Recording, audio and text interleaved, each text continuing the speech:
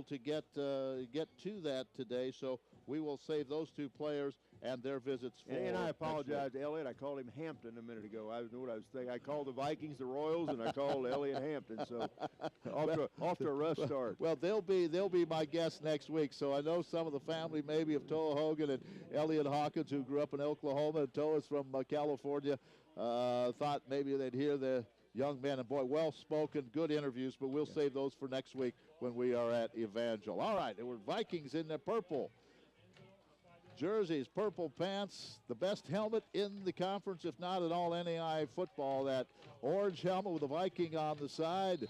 And Dan Morrow will kick it off to get this game underway against a very good Graceland Yellow Jacket team. They come in at 500, 3-3 in the conference. And here's the kick, and this could be and will be returned from about the 2-yard line. Across the 10 to the 15, bouncing to the outside to the 30, and scampering out at the 33-yard line for the Yellow Jackets is Juan Frazier. And so, Joe, there's the difference of not getting that touchback, and all of a sudden that ball's out here about the 30-yard line or so. You gain a good 5 yards. And I'm kind of surprised. Dan had a pretty decent tailwind that time, kicking, and the Graceland team will be going from left to right on your radio dial. So, they'll set up at the 30. So, Viking, let's see if that defense can keep playing like they have all season. Miles King, San Francisco, California, a transfer from Central Methodist University, is the quarterback.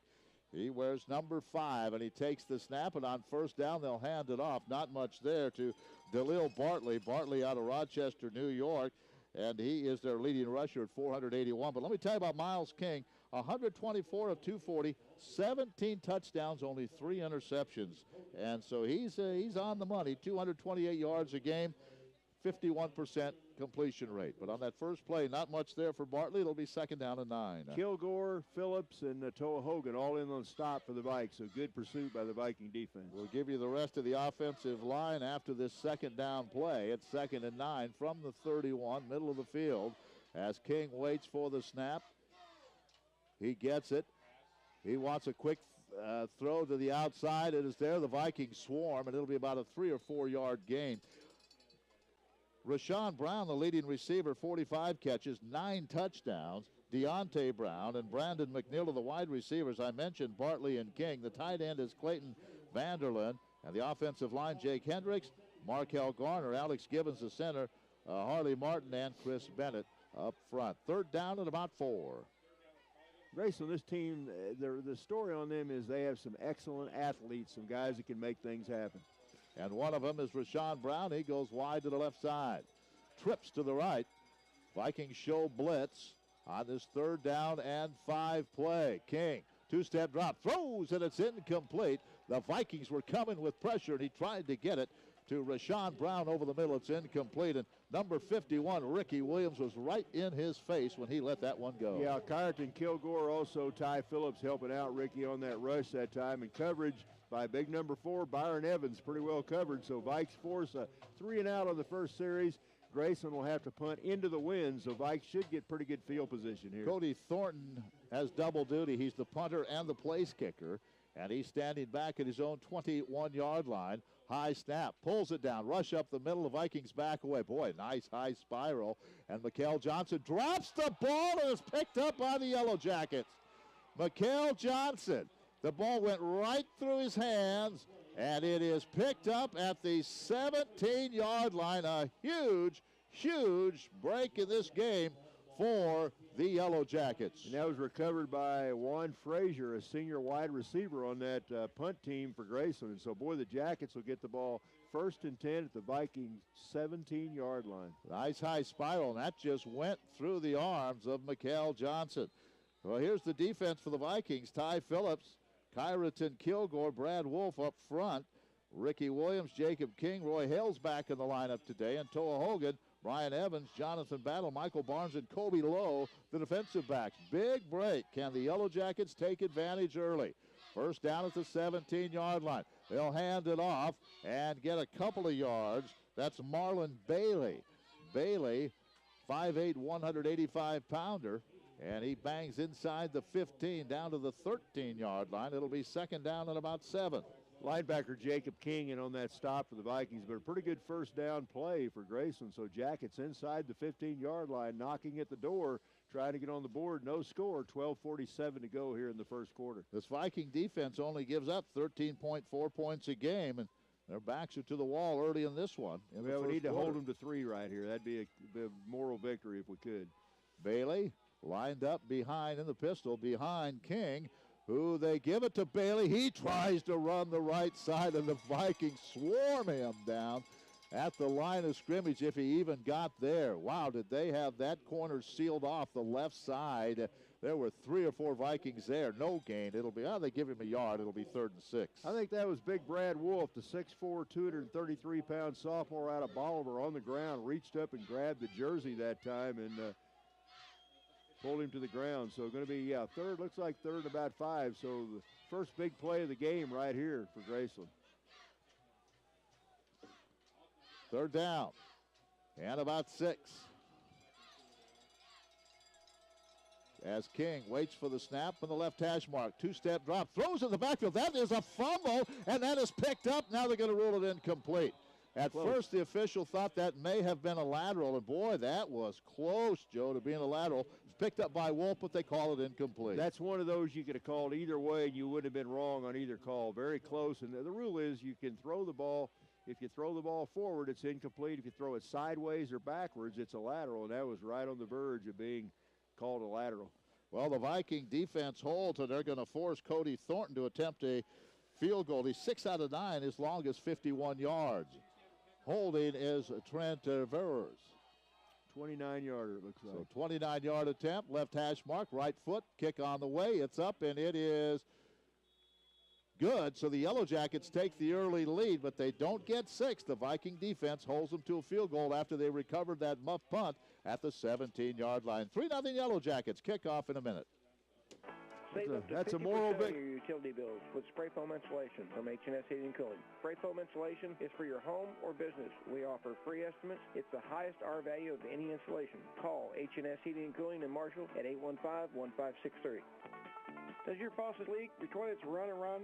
Sewer lines clogged? For these problems, call H&S Heating and Cooling in Marshall. This is Harold. We can stop your leaks, catch your toilets, and clear the line. Call 815-1563.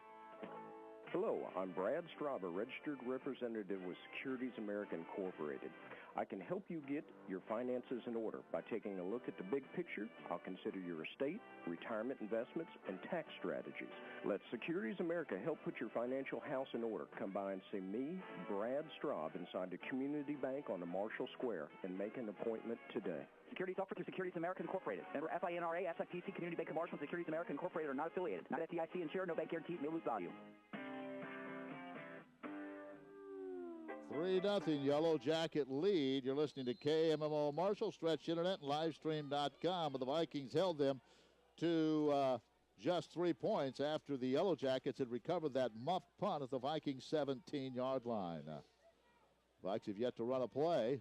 Yellow Jackets have had it twice. 3-0, 11:35 to go in the first quarter. Here's the kick. It's very short. And this one's going to be taken at the 25, across the 30, out to the 35-yard line. And one of the upmen, that's Dario Marquez. Good job by Marquez, and gives the Vikings decent field position to 37. Bruce Reyes, the quarterback, the senior, 124 out of 197, 15 touchdowns. However, 11 interceptions, 219 yards a game, 63% completion rate. We mentioned Malachi Daniels. I don't think will play today. Little knee and ankle problem, probably leave him out today. And so Nigel Daw will start, the young man out of Beaumont, and Elliot Hawkins will get some playing time back there as well. Need to get that running game going early if we can. Ball at the 33-yard line. Reyes swings it to Daw to the backfield. And now that may be ruled a lateral. If it is, the Vikings turn it over on the first play. Man, oh man, a botched punt, and now they try to swing it to Daw, and that was a lateral, and that's recovered at the 30-yard line, so not a good start for Valley at all, and he asked the defense to come out and do it again. That's not too good of odds. 3 touches and 2 turnovers, and that's exactly what the Vikes have done. Last time the Jackets took over inside the 20. This time they take over on the 30-yard line, leading 3-0. We've got 11 25 to go in the first quarter, but the Vikings have only run one offensive play, and that resulted in a turnover. And, Joe, that was actually the interception. Cameron McFall, that ball went off the shoulder of Dawn. Cameron McFall, the defensive end, picked it off. So it goes as an interception. First down. King throws to the side. Nobody there. The receiver, Rashawn Brown, went down the left side, and the throw went to the sideline. So that goes as an interception. You know, Ken, we might want to mention, too, Wood Houston Bank, I think, is paid for everybody today. Everybody gets in with free admission, and thanks to John Houston, all the folks at Wood Houston Bank for making that possible. Very nice gesture. John and Donna and all the folks at Wood Houston have been very strong Viking supporters for many years. And we'll talk to Barry Randolph about it at halftime. That's one of our halftime interviews. John, I don't know their official titles. Barry, I think, actually runs the bank. Yeah. John's the head man over everybody, though. Here's a draw play and a penalty flag as a good run by Bartley. He gets a first down inside the 20 all the way down to the 16, but there's a flag down back at the line of scrimmage. Good run by Bartley. See what the flag is going to be. Holding on the Yellow Jackets, and they're going to get the right guard, Harley Martin, out of Polo, Missouri, 6'2", 265-pound junior. So that play is coming back. But it's 3-0 Yellow Jackets. The Vikings have run one play, and that was off the shoulder of Nigel Dawn, intercepted by McFall, the defensive end. Yeah, Vikes get a big break there. That's going to back it all the way up to the 40-yard line, make it second down and 20. So I need to, I don't know, Graceland, look on the far side. They've got players holding up numbers over there. I guess that's the play call. This is 12:09, whatever that means. It is second down and about 20 after the penalty, as Bartley did have the first down. Out of the pistol. King throws it over the middle. It is caught inside the 20, inside the 10, down to the 8-yard line. Boy, he whistled that ball over the middle. It was caught, and here come the Yellow Jackets. That was Johnny Williams, another transfer out of Central Methodist. The Yellow Jackets up 3-0, wanting more. It's first and goal at the 6-yard line. Touchdown saving tackle that time by Jonathan Battle, the freshman defensive back for the Vikings. The boy Graceland on the move. They take a 10-0 lead. If they can score here, that would be huge here in the early going. Boy, King had some mustard on that one. 10:20 to go in the first quarter. It's all Yellow Jackets. Now they'll send a couple of receivers, Rashawn Brown and Johnny Williams, out to the left side. This is a good football team. Deontay Brown goes in the slot. They want to go that way. King is being chased, and he tries to get away and throws it out of bounds. He was being chased by Peppers, and he just did enough to get away and throw it out of bounds. Jordan Peppers stands 6'3", 236, had those arms up in the air that time and put a lot of pressure on Miles King. And as you said, Miles just had to throw it, run for his life, and then throw it away. Good job just to scramble to get away, running to his left. That stops the clock with 10:03 to go in the quarter. 3-0 Yellow Jackets, trying to take advantage of yet another Viking mistake. Bartley is the running back on this second down play from the 6-yard line. King takes the snap. Pump fake, throws over the middle, is intercepted! The Vikings get it right back. A little pump fake. They threw it over the middle, and that ball is Dario Marquez, I think. Dario Marquez got the pick. Dario Marquez in traffic. They tried to throw it over the middle. Wow, Joe. You have a muff punt. You have an interception, both inside the 20, and the Yellow Jackets come away with only 3 points out of all that. That's got to be a momentum builder for the Vikes. Let's see if the offense can take it over and build on that momentum. We've got the ball on the 5-yard line, so not very good field position. There's 9:56 to go in the first quarter. Graceland, as you said, with a couple of golden opportunities, lead only 3-0. Elliot Hawkins now the running back, and he will line up to the right half. Right side of Reyes out of the shotgun on first down. He stands at the 1-yard line. They're going to throw it again. And this one is caught, a very short gain out to about the 9-yard line. So the Vikings come out throwing on first down, and that is the freshman Stenard out of Palm Coast, Florida. Picks up about 5, second and 5 coming up. C.J. Counts, a defensive back there to make the hit, sophomore. 3 receivers off to the left. Now they'll run it to Hawkins. Hawkins looks for a hole, not there, gets to the 11-yard line. Here's that defense up front. Cameron McFall, we introduced you to him with an interception. Dave Edmondson just made that tackle, I believe. Mike Gaudy is the nose guard, and then Damon Bateman is the defensive end. The linebackers, Billy Wynn out of Bethany, a name we've called a lot. Dion Betts and Austin Folsom. And you watch Billy Wynn, very active in the middle of that Graceland defense. Has 72 tackles on the year. Here's a handoff to Hawkins trying to get first down yardage, and he is not going to get there. They lined him up as a receiver to the right side, brought him all the way back across the formation, and he did not pick up the first down. That may have been, that was Delvon Franklin. They gave him the ball, and he just didn't get there. Dion Betts, a freshman linebacker out of Miami, Florida, there made a big hit for Graceland, so Vikes are going to have to kick it away, and Jason Maiden will stand in his end zone. So Vikes little or no offense here in the early going. C.J. Counts is back deep right around midfield, and one of the top punters, averaging over 43 yards a punt. Jason Maiden waits 2 yards deep in the end zone. Jason out of Carrollton's done a great job for the Vikes. Yeah, that's a wobbly spiral, but play had been stopped. Delay of game. So, boy, this Viking offense right now and the special teams a little out of sync. 3-0 is the score, 8:15, and Vikings are fortunate it's not a bigger deficit. Well, I think one thing you worry about is keeping the defense on the field too long. They've done a very good job, but they've been out there almost for most of the first 7 minutes of the game. Now Maiden about 2 yards from the back of the end zone. Here come the Yellow Jackets. They want to get this one. He takes his time. Nice spiral. Counts, goes back, makes the catch, drops the ball, and picks it up, I think, at the 39. Counts dropped it, was able to come up with it. There's a fight for the football there. Michael Barnes trying to dig it out of there, but Counts did have possession. So the Yellow Jackets will take over at their own 39-yard line, 1st and 10. Well, it is a little chilly out here, but both teams have muffed a punt so far. Counts got the ball back that time for the Jackets, so they will take over with pretty good field position at their own 39-yard line with the 7:53 to go in the first quarter, leading by 3 points. And the defense is on the field again. By the way, Eric Montgomery is here, SID for the conference. We'll talk to him a little bit at the half as well. Got a lot lined up for you today. First down, King hands the ball off. Not much there. Trying to run that left side against the Viking front wall, and be a very short gain. It'll be 2nd down coming up. Yeah, it looks like getting up off the bottom of the pile that time for the Vikings was defensive back Stephen Thayer. I think Steve, the first one to make the hit, but pretty good surge by the Vikings front that time.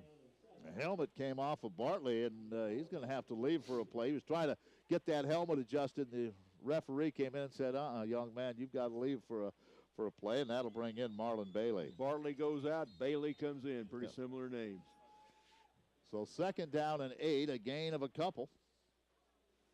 First quarter, 3-0 Graceland, and the Vikes just haven't gotten anything going, only 4 offensive plays. Again, out of the pistol. King takes the snap. They want to swing it out. That wide receiver bubble screen, and this one works for a first down up the sideline. And finally, Battle bumps the receiver out of bounds, but a nice play, nice gain for Juan Frazier, and it'll be a first down in Viking territory at the 44-yard line. Yeah, Ricky Williams had the first shot at him. The linebacker missed him, then Battle bumped him out of bounds. But Graceland on the move again, as this is the 3rd time in the first quarter they've had the ball in Viking territory. And we still have 6:56 to go in the quarter.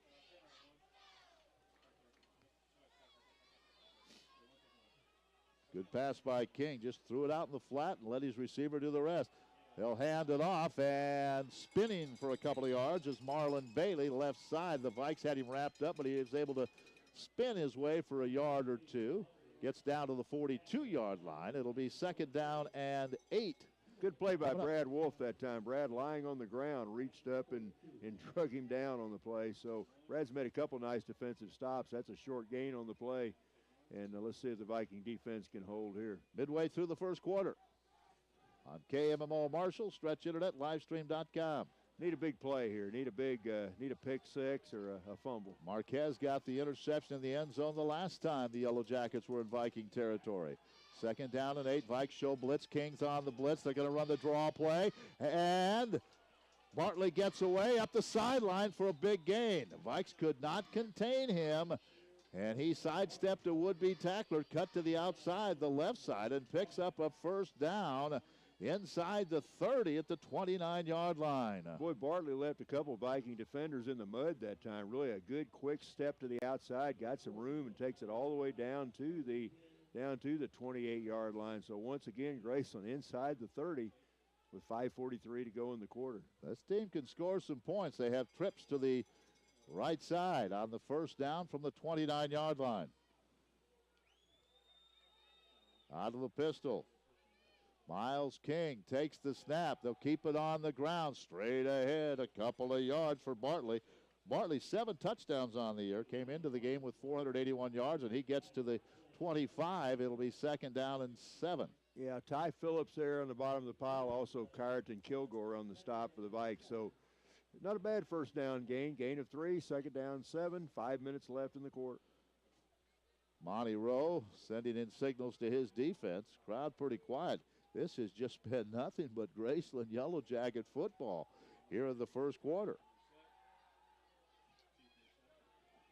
They spread those 3 receivers out to the right side. They like to throw it out there in that bubble screen type. Instead, they're going to hand it off. Big hole for Bartley. Oh, he's hit hard, but he gets down to the 14-yard line, and that should be enough for a 1st down. It will be. Yeah, Michael Barnes up from the defensive secondary to make the stop, and Michael did ring Bartley's bell, but not until DeLille takes it all the way down inside the 15-yard line. So 3rd time, Graceland's been inside of that mark here. And remember, this drive started at their own 39, so this wasn't a short field. And this Viking defense has been on the field a lot in this 1st quarter. Now they're going to run play 3-3-4-3, whatever that means. They have 4 guys on the far side of the field holding up placards with numbers on them, and so we'll see what 3-3-4-3 is. Well, right let's here. see if it works. King out of the pistol again. It's a running play, and not much there, maybe a yard. It'll be 2nd down and 9, but they're running the football, Joe, just enough to keep these Vikings honest against the pass. They really are, and Ty Phillips, also Jacob King there to stand Bartley up in the hole that time, so very short, no gain. Ball still right where it started out, just across the 15. So 2nd down and 10. They move those defensive line ends around a little bit. This time Phillips is playing on the left side. Wow, 3:36 to go, 1st quarter, 3-0, and the Yellow Jackets threatening again. Bartley is the running back for King. Short drop, looks to the corner, throws. It is complete. I think a little short of the 1st down. Johnny Williams made the catch. He had to get to the 5 to pick up a 1st down. About a yard short. About a yard shy. It'll be 3rd down. Yellow Jackets hustle up to the line of scrimmage. Well, and at that time, Miles King had all kinds of time to throw, and he found Williams over on the in the left side over there. So big 3rd down play. Your Vikes need to stop. Ball is at the 6-yard line. Need about a yard and a half to pick up a 1st down. Bartley tries to get it. He doesn't get there. It's going to depend on the spot. They're going to mark this a little short. It'll be 4th down and about a foot. Jeff Douglas has a big decision to make here. Steve Thayer wrapped him up that time down around the knees. So looks it's a like full yard. I haven't seen the kicker come in yet. We haven't seen Thornton on the field. Looks like the Jackets are going to go for it here with 2:31 to go in the quarter. They lead by 3. A full yard to get here. They have to get really about to the 4.5-yard line. Now they're going to let the clock run down, so they're probably going to take a timeout and talk about this. They will. So the Yellow Jackets want to talk about it. 2:10 to go in the 1st quarter. 3-0 Graceland, 4th and 1 coming up, and we'll be back in a minute. GE Profile Series appliances offer the best in contemporary design matched with the latest kitchen technologies. Every appliance displays a sleek, cosmopolitan, and modern look that matches your every last taste in the kitchen and home. GE has offered 100 years of performance, quality, style, and innovation, and we're just getting started. see the GE Profile Appliances at Charlie's Appliance Sales and Service, 450 West Boyd in Marshall, where you will also find a complete service department ready to meet all of your service needs too. ConAgra Foods in Marshall is the local producers of kids' cuisine meals, Marie Callender pasta, banquet dinners and pot pies, and Healthy Choice Cafe steamers. But there's so much more than that. ConAgra is also a great place to work. Their goal is to make food that's both nutritious and delicious, and to help educate people of all ages about the benefits of eating healthy. ConAgra takes pride in the towns they're a part of and encourage their employees to volunteer time in the community. For more information, visit them online at conagrafoods.com. Well, it's early in the game, but the Yellow Jackets are going to go for it. Why not? They need about a yard to get a first down. They bring Bartley back in at 2:06. King, 2:15 is the quarterback, and now official stops play. They're going to reset the play clock. Ball's right in the middle of the field. Do you try to send Bartley to the outside, or you send him up the gut? Well, here we go. Fourth down, out of the pistol. King will take the snap. And they're going to run it right up the middle, and the Vikings held, I think. I don't think he made it. I don't think he got back to the line of scrimmage. It would be a very friendly spot if they give it to him. Oh, my goodness. I don't think they made it. No, they did not make it, I don't believe. Yeah, the Vikings defense coming off the field. What a job by the Viking defensive front that time. Now the offense has to go to work. That's the fourth time, Joe, that they've been down there. The Yellow Jackets, and 3 points to show for it. Now the Vikings have to get something done here. Yeah, Vikes need to put a drive together. Let's see if we can get that running. I say it again. I'd probably say that 30 times. That's all right. I agree with you. Let's get things going here on the ground. See if we can grind some yardage up. I mean, there was nothing there for Bartley. He was hit and dropped. I think he even lost a half a yard. He did. That ball's almost to the 5.5-yard line. First down for the Vikes. Here they give it off to Hawkins, tries to turn the corner, and he gets out to about the 8 or 9 yard line, and that'll be a gain of maybe 4. They're going to mark him at the 9. That's only a 3-yard gain for Elliott Hawkins. Yeah, Hawk just couldn't quite get around the corner that time. At least he got the Vikes out, a little more breathing room, gets them out almost to the 10-yard line. So a gain of about 4 on the play. Not a bad first down play. Second down. And we'll call it 6. Ellison goes in motion. Reyes swings it out of the backfield. Good defensive play. Nothing there at all. Yeah, that was defensive back. That was James Mourning, the sophomore out of Raymore. Probably played at Ray Peck High School. Well, he came out and shut that one down very quickly. So a loss on the play. It's going to make it 3rd down and 8 for the Vikings. That pass to Dylan McDaniel, and there was just nothing there. This offense, and it's no secret at times, this Viking offense really has been sluggish, and they're in one of those periods right now. And give some of the credit to this Graceland defense. In the final minute of the first quarter, Reyes backpedals, looks, throws. It is intercepted and dropped. He overthrew Jarrell Davis, and that should have been intercepted. That pass was high, and Jarrell had no chance for it. Another 3 and out and another punt. Wow. Well, I tell you what you're going to see, Ken, all but about maybe 3 or 4 plays of this first quarter have been played in the Viking half of the field, and a lot of them have been played inside the Viking 15-yard line. So Graceland's really winning the battle of the field position right here. So we need a good punt by Jason Maiden. Maiden again standing in his end zone, but through all this, the Yellow Jackets have just 3 points. High snap, Maiden has it. Kick is away, a wobbly. That's going to get end over end, and now the Vikes are going to get a little bit of a roll. Not really. And Michael Barnes will down it at the 41-yard line. So that's where the Yellow Jackets go to work. Great field position again against the Vikings. Well, it's really important, I think, for the Vikes to get a 3 and out right here. Maybe we can flip this field position a little bit if we can do that. But we're down inside of a minute left in the quarter, 37 seconds. It's been all Graceland so far, but the Viking defense has held the Jackets to only 1 field goal. Yeah, through all this.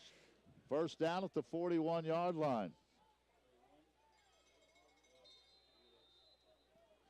Bartley back in at that running back spot. He was stuffed on a 4th down play, but the Viking offense couldn't do anything with it. From the pistol, King wants to throw.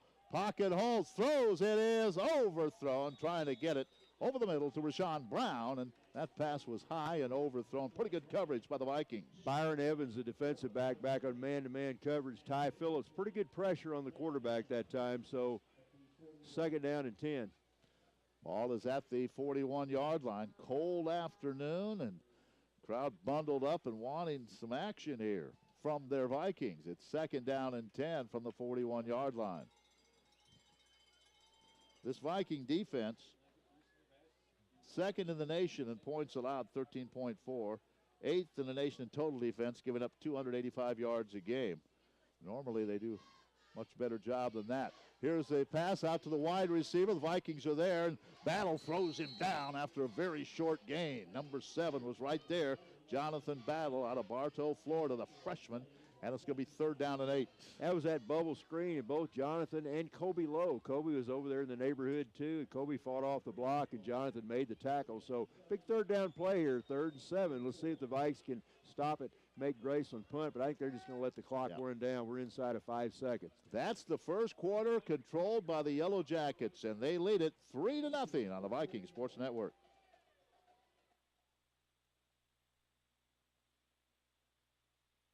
We'll be back with the second quarter in just a moment.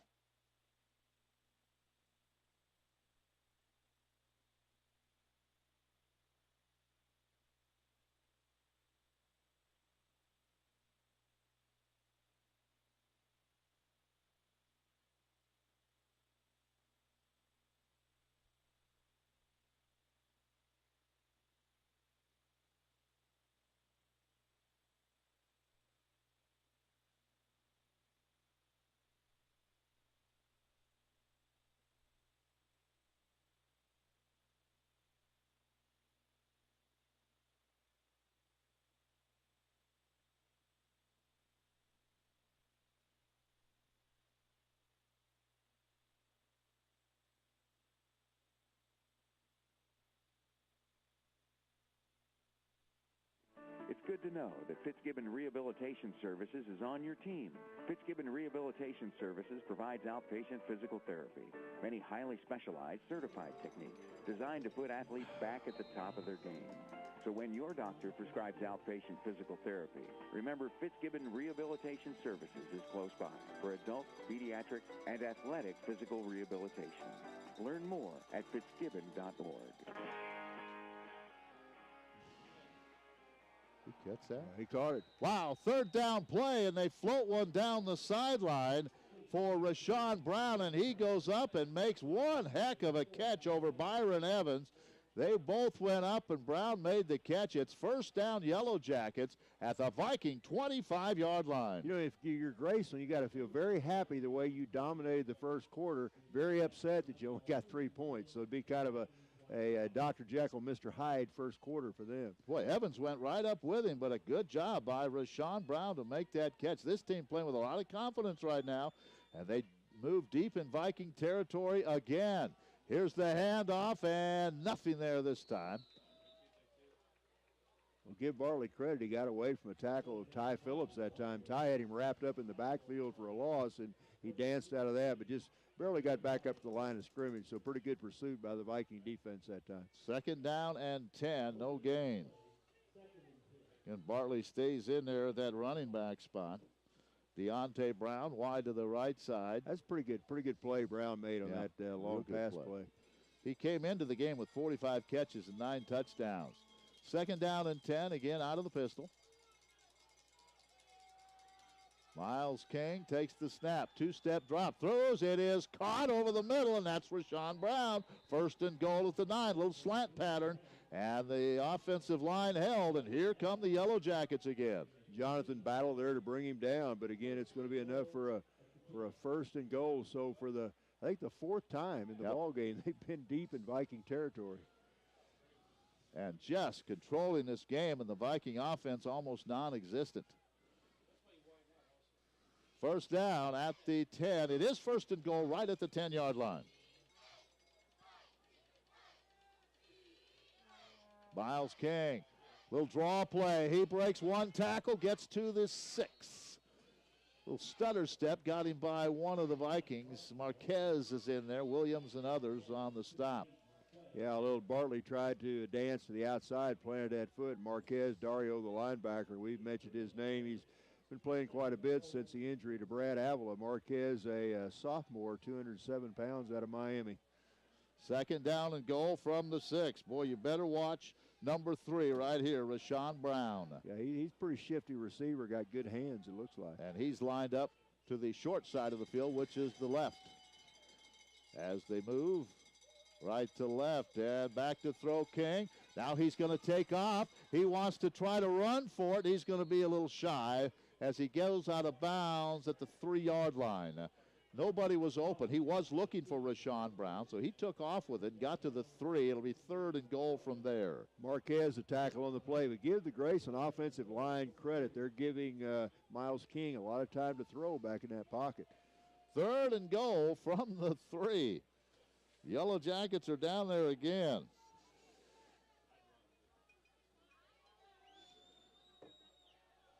Bartley is the running back, and they're going to take this clock all the way down. They may take another timeout here. I think they will. So they're going to use their 2nd timeout. And we are at 12:15 in the first half. The Yellow Jackets, another big 3rd down play. Let's step aside. We'll be back in a minute on the Viking Sports Network.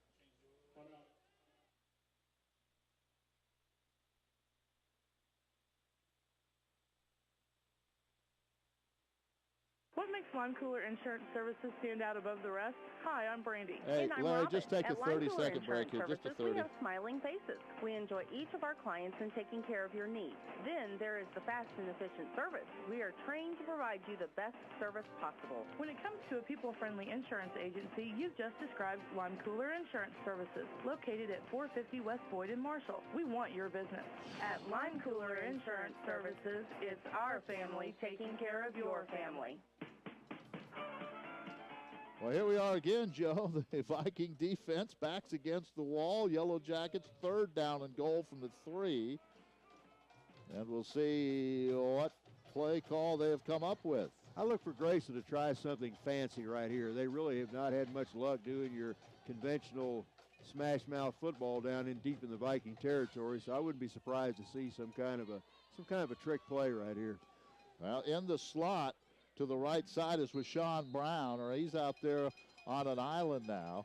The running back is Bartley. Left hash mark, 3rd and goal, 3-yard line. King going to throw it. The fade pattern. It is incomplete. Boy, there was some pushing over there by Rashawn Brown. He got away with it, but he couldn't come up with the football, and it'll be 4th down, and here comes the field goal unit. I'll tell you what, Ken, Byron Evans has really been doing a pretty good job covering Rashawn Brown. He was with him step for step that time. Really was with him when Brown caught that big 30-yard pass a few minutes ago. Brown just made a good play. So, once again, this Viking defense comes up big. And another attempt at a field goal by Cody Thornton. He could make it 6-0. Viking offense does not have a 1st down if you're just joining us yet in this game, and it could be a lot worse than this. High snap kick is on the way, and he gets it up and through. So a short field goal by Thornton. It's 6-0 Graceland, 12:04 to go. It could be a lot worse. Let's see if the Viking offense can pick it up when we come back in a minute. Save energy and money at Lacrosse Lumber in Marshall with Owens Corning Attic Cat Expanding Insulation System featuring blown-in pink fiberglass insulation. With Owens Corning, pink is green. The insulation is eco-friendly, and Lacrosse Lumber will let you use their machine for free. It'll blow 1,000 square feet per hour. Owens Corning Attic Cat Insulation. Bring in your measurements and get a free estimate today. It's only $35.95 per bag, and veterans get an additional 10% off. Lacrosse Lumber, 152 West Morgan Street in Marshall. When you walk into your bank, you want to be greeted with a warm smile and helpful people. That's what you'll find at every Exchange Bank of Missouri location. I'm Bud Summers with Exchange Bank of Missouri in Slater. For all your banking needs, come into one of our 5 locations. We offer a complete line of banking services from loans, savings accounts, lockboxes, drive-through, extended hours, and much more. Come see the Exchange Bank of Missouri difference, member FDIC.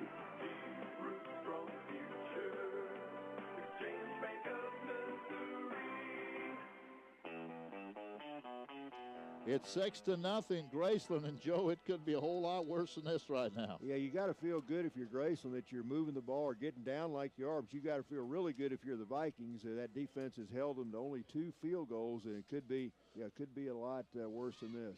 All right, here comes the kick. 6-0. The Vikings will get the ball again, and this one will go back to Mikael Johnson. He makes the catch in the end zone and decides to stay there. Well, at least the Vikes are going to get the ball at the 25-yard line. You mentioned this earlier, Joe, but Missouri Valley College, in partnership with Wood and Houston Bank, hosting a Together in Service football game today. And all the patrons, Wood and Houston Bank, paying their admission today. And it's all celebrating Missouri Valley College's 125th anniversary, Wood and Houston Bank's 140th, the City of Marshall 175, Fitzgibbon Hospital 90 years, and the Marshall Fire Department 125, all celebrating together. And those are some great organizations. Oh, yeah, and John, like you said, John and Donna Houston, Barry Randolph, the whole crew at Wood and Houston Bank, they're very generous, very community-minded people. We appreciate them doing that. Well, let's see if the Vikes can move the football. Reyes throws to the side. It's complete. Nigel Dahl, first down up the left side. Breaks a couple of tackles. Gets across the 40 to the 42-yard line, where it'll be first down.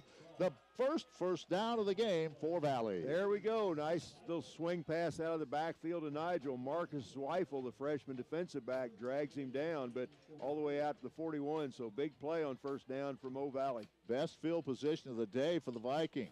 They want to throw again. Over the middle, it's caught by Mikael Johnson. Johnson between a couple of defenders. He breaks the tackle, stays on his feet, spins away at the 30, to the left side to the 20, to the 15, to the 10, to the 5, and he dives to the pylon, and they're going to say he was out of bounds at the 2-yard line. Well, Mikael Johnson made a great catch, broke a couple of tackles, and Vikes have it first and goal. Well, what a play right there, and I'm going to say that play goes about 55 yards all the way down to the 2-yard line. Did you see Bruce Reyes? Bruce looked to the right in the flat and then threw it across the middle. I don't know if he looked at Mikael. He just knew he was going to be there, and Bruce ripped it right there. And Mikael, a great run after the catch, and Vikes in business at the Graceland, too. At the 2-yard line, first down and a goal, trying to get right back into this game. Here's the throw to the corner. It's incomplete. On first down, trying to get it out there to the freshman, and the pass was wide of Stenard. It'll be second down. Now the running package comes in. They bring in another tight end with John Owens. Fairchild and Delvon Franklin, the 2 blocking backs, both in there. And that time, Bruce, it wasn't a real good pass, but he threw it where only Stenard could catch it. So good decision by Bruce that time. Second and goal from the 2-yard line. Daw is the running back, but as you pointed out, they bring in Fairchild and also Delvon Franklin to block. They send Franklin in motion. Give it off to Nigel Daw, and he's hit at the line of scrimmage. They're going to give him a yard to the 1-yard line. Boy, there was a massive humanity right there at the spot of contact, and somehow Denard stuck his nose in there and got to the 1-yard line. It'll be third and goal. Yeah, and Elliot Hawkins, a running back right now. So the Vikes we really need to get 6. This would really be a huge momentum swing if the Vikes can punch this baby into the end zone right now. Probably you have 2 downs to run it a yard. Hawkins is the running back. Reyes out of the pistol. They give it to Hawkins. Flag. Straight ahead, touchdown. Flag on the play. There is a flag down. Let's see what the penalty is. Hawkins into the end zone. The Vikings are coming off the field. It may be offside. It's offside on the Yellow Jackets, so the touchdown stands for Elliot Hawkins, his 3rd of the year, his 2nd rushing touchdown. And just like that, the Vikings have tied this game at 6. How do you feel if you're Grayson? You've had all those plays deep in Viking territory. We run one big pass play, then a couple running plays, and have a good chance to take the lead if Dan can put it through the uprights here. Morrow will attempt the extra point. He is 30 out of 31 on the year. Ball down, Ellison with a hold. Kick is on the way, and this one is through. And just like that, the Vikings have the lead. 10:30 to go in the first half. 7-6 Valley over Graceland on the Vikings Sports Network. Do it yourself. 3 little words that can either be intimidating or empowering. Kubota's new BX70 subcompact tractors can help turn do-it-yourself into done. With user-friendly optional quick attach for front loaders, a deluxe operator's platform, and a wide variety of performance-matched implements, it's no wonder people are saying America's favorite subcompact tractor just got even better. So go ahead. See all that you can do with the new Kubota BX70 at Marshall Service Company, 1714 Commerce in Marshall. call. Peak Performance Physical Therapy and Sports Medicine is Mid-Missouri's leader in orthopedic physical therapy services. I'm Ron Renard, physical therapist and clinical director. Peak Performance provides some of the latest treatment innovations, including clinical certification in kinesiotaping and instrumentated soft tissue techniques, which rapidly improve healing time and relieve pain. If you need physical therapy services, call Peak Performance Physical Therapy and Sports Medicine. Find us on the web at peakperformpt.com or visit us in Marshall next to Red Cross Pharmacy in the Westport Center, or in Sedalia or Fayette. Well, that didn't take long. The big play was the pass to Mikkel Johnson. Elliot Hawkins gets the touchdown. And just like that, the Vikings have the lead. Here's the kick, and this one will go to the goal line, and it is going to be grabbed there by Bailey. Bailey breaks the tackle, tries to get to the outside, still on his feet, and gets all the way out to the 25-yard line. Boy, good run by Bailey. That's where they would have been had it been a touchback, but good, strong run. And now let's see if the Viking defense can do it again. Kobe Lowe there to make the tackle on the kickoff team for the Vikings. He wrestles Bailey to the ground right about the 25-yard line, so pretty good coverage. That's where they'd have gotten the ball if they'd taken a touchback. So, like you said, let's see if the Vikes can get a 3 and out. We've got the momentum right now. This broadcast made possible by Marshall Diesel, Ashford Agency, and Heinzler Brothers, all in Marshall. 7-6 Vikings, 10:21 to go in the first half. Ball at the 25-yard line for King. And he wants to throw a little three-step drop. Looks, nothing there. Now he's going to try to run with it, and he's going to be sacked. Zach Nunn, the 234-pound junior defensive lineman out of Willard, the first one to get there. And boy, Zach and Nunn, Phillips, Kilgore, Maxwell, we call all those names. Wolf, Peppers, Desir. Played a lot of people, Joe, and keep them fresh out there. Well, this defense has been on the field quite a bit this first half, so you worry about the fatigue factor, but not showing any signs of that yet, and good penetration that time by Zach. And the coverage downfield was good. King had nowhere to throw the football. 2nd down and 14 after the sack for Nunn. That's his 2nd sack of the year. Miles King takes it. They're going to run the ball up the middle. Now try to bounce it to the outside. Good run by Bartley, and he's tripped up at the 30-yard line by King. Jacob King, the linebacker, got him, or he was going to get some more yards up that left side. It'll be 3rd and 5 now. I'll tell you, Bartley plants that foot, and he accelerates very quickly to the outside. He did that time, got around the corner. So a big 3rd down play right here, 3rd down and 5 for Graceland. 9:11 left in the half. Again, Vikings up by a single point. They put up 11:08. I'm watching the numbers now. Yeah. It's like an Olympic dive, and they'll bring those numbers up. I'll start writing those plays down. I'll give it to Coach Troth at halftime, Coach Rowe at halftime. 3rd down and 5 for King. Here comes King on the blitz. They throw it sideline. It's caught, and that will be a 1st down to Johnny Williams right in front of the Viking bench. Steve Thayer there to make the stop, but once again, the Graceland offensive line gives quarterback Miles King good time to throw, and he takes advantage of it. Ball at the 39-yard line. Valley leading 7-6. 8:47 to go, first half. The Yellow Jackets have had numerous opportunities, but have come away with just a couple of field goals. 1-1-1-1's the play this time. That could be a big one. This could be the play we're looking for. Bartley stays in at that running back spot. 8:29 to go in the half. King. 2-step drop, looks to the side. That ball is intercepted by Byron Evans. He takes it down the right side for a pick-6 touchdown. Byron Evans anticipated the pass. He takes it in. Vikings score again. That's going to be about a 36, 37-yard return. Byron Evans just kind of laid back off the receiver. He saw the eyes of quarterback King, jumped the route, stepped right in front of the receiver, and nobody was going to touch him. So a huge play. What a couple of big plays for the Vikes. That big pass to Mikkel Johnson, then that pick-6 by Byron Evans. Byron's second pick-6 of the year. Woo! Well, that was right in front of us, Joe. That was perfect coverage, wasn't it? Here's the extra point, and it's good. Byron's done a good job all game. Yeah, he has been on Rashawn Green. He's been trying to get on Rashawn Brown all day, so he's had a tough afternoon, but he picked 6 there. Now there's a flag down. Let's hold off and see what this is all about. Touchdown stands. It was on the extra point. Vikes up 13-6 right now. And they may have to try the extra point again. May have been a penalty there, but how about Byron Evans. Boy, that was right down in front of us. He anticipated, he stepped in front, and once he got it, he was clear sailing to the end zone. You know what he did that time? Good defensive backs will do that. They'll lure that quarterback, make him think that receiver's open, stay about a step off the ball, and then just jump that route. And Byron's timing was perfect that time. Well, now on the penalty, they're going to move it half the distance. There's a penalty. Now I think I'd go ahead and take the point. Well, Paul said, hey, the kick was good. We just want to take the point. Yeah, I think I would. He's out on the field saying, we just want the point.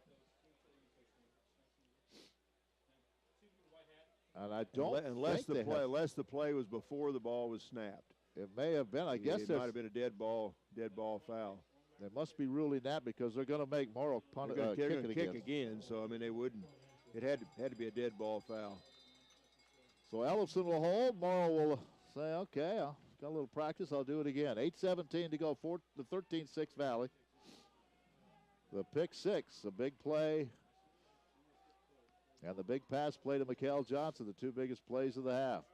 High snap, ball down. Kick by Morrow is up, and he got this one through. So it is 14-6 with 8:17 to go. Byron Evans, the star at least at the moment. And we'll be back in a minute. Viking That's a good job. To the Marshall Square is your apparel headquarters for all your favorite teams. KC Chiefs, Mizzou Tigers, Missouri Valley Vikings, Marshall Owls, Slater Wildcats, Santa Fe Chiefs, and much more. Pullovers, hoodies, sweats, even socks with logos. Viking Athletic Goods also carries a nice selection of crazy socks. And for going to the games, you'll find the best stadium seats anywhere at Viking Athletic Goods on the Marshall Square.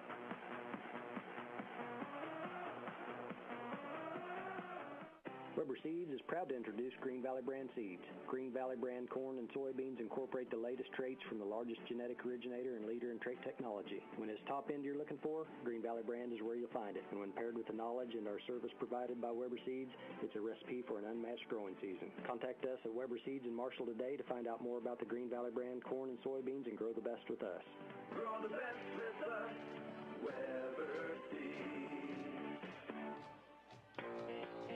Also with us on the broadcast, AccuQuest Hearing Centers, Marshall, Sedalia, Exchange Bank of Missouri, Highland and Country Heating and Cooling in Marshall, and Slater are pleased to bring you this broadcast. Morrill into the football. The Vikes have allowed this crowd to get up and into it now, and here's that one spinning side to side. That's going to be taken right back up the middle and bouncing to the outside of the 20-yard line. Reversing his field and going down at about the 23 is Marlon Bailey. Boy, he works hard, doesn't he, to get those yards? That might be a record right there for the longest time a kick return man has stayed on his feet and only getting the ball out to about the 24-yard line. He ran a long way to get 24 yards that time. All right, the Vike defense, again, has been the star of the first half because the offense sputtered early, a couple of turnovers, and they allowed this very fine Graceland offense to just come away with 2 field goals and 4 trips inside the red zone. Yeah, good D. Let's see if the Viking defense can do it again here. They really played well here in the first half, and now it looks like hopefully the offense starting to pick it up too. Ball is at the 23-yard line where they'll start this drive. And they'll hand it off to Bartley. Bartley tries to go right side. Not much there. He did not get to the 25. A gain of a yard. It'll be 2nd and 9 coming up.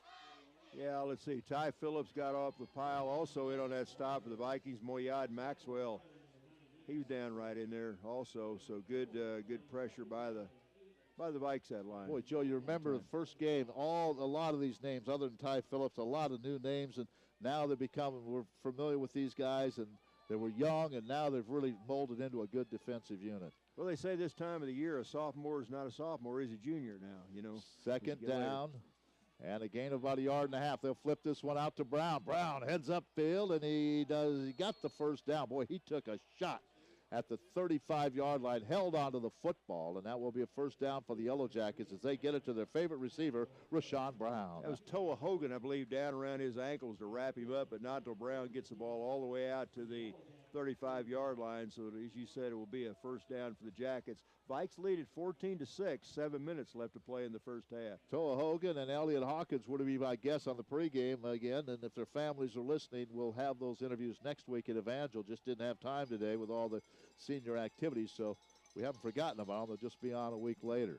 First down, 35-yard line for Miles King. Now they'll run the pitch, give it out, and trying to get to the far side, the Graceland side of the field, is Bartley, and he picks up a few yards. Vikings really strung that play out nicely, though, and he only picks up about 3 yards. Good block that time by Juan Frazier, wide receiver. He took Ricky Williams to the ground on that far side, but Bartley about got around the corner, but as you said, Vikes closed it down pretty well to hold him to a gain of 3. Second down and 6. The ball is at the 39-yard line. We are down to the 6:11 mark, 14-6. The Yellow Jackets only have 1 timeout remaining here in the first half. They used one at a 4th and goal, which the Vikings held. Then they used another on a 3rd and goal, and the Vikings held. So only 1 timeout remaining in this half. Miles King, they want to keep it on the ground. Bartley runs right into a wall. Yeah. And he got nothing. I don't know who that was, but he ran into a Viking, and he just came to a sudden stop. I'd say Ty Phillips was there somewhere, I would guess. Yeah, it looks like Ty's right there. I see. That looked like a Ty moment. I think Maxwell was in there, too. Yeah, my boy Ed's done a good job. He's hitting. How'd you feel if you're those 4 guys for Graceland holding those signs up? Mom says, son, how'd football go for you this year? Well, I stood on the sideline, held numbers up every game, you know. 21-39. It's 3rd down and about 6. Jeff Gregory's the coach of the, Jeff Douglas, I said, Jeff Gregory earlier, Jeff Douglas. And here's the 3rd down play. King in trouble. Now he's going to scramble. He'll have the first down to the 45 and gets all the way out to the 48-yard line. Good job by Miles King. Nobody open. He took off and showed some good wheels and gets to the 48. I was going to say Jeff Douglas is the coach of this club.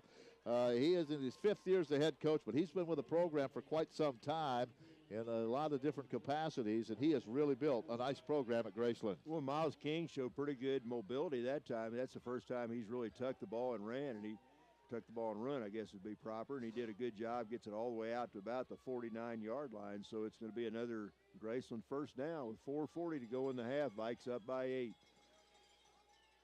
Trips to the left side, the near side of the field as we look down at Greg Mitchell, and they want to keep it on the ground again and try to squirt through a hole on the right side is Bartley, unable to do so, picks up a couple. It'll be 2nd down and 8. Bartley wrestled down that time by linebacker Roy Hale, who's back in the lineup today. Roy's been, I guess, was a leading tackler coming in a couple weeks ago before he got hurt in that last at home game against Culver Stockton.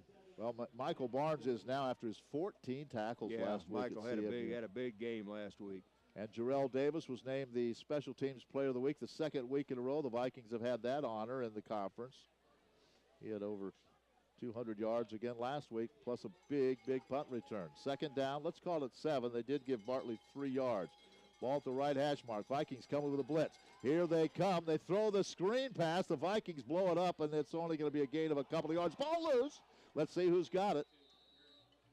I think the Yellow Jackets have it back. They have it, but no signal from the official yet. I believe the Jackets do have it. I think that was Bailey who caught that screen pass. Vikings stopped it after a gain of about 1.5 yards, and then the ball came loose as Bailey was fighting for extra yards, but somebody fell on it for the Yellow Jackets. 3rd and 5. Good pressure that time by Jordan Peppers. That was a screen play, but Vikes had a good rush, and they covered the receivers well too.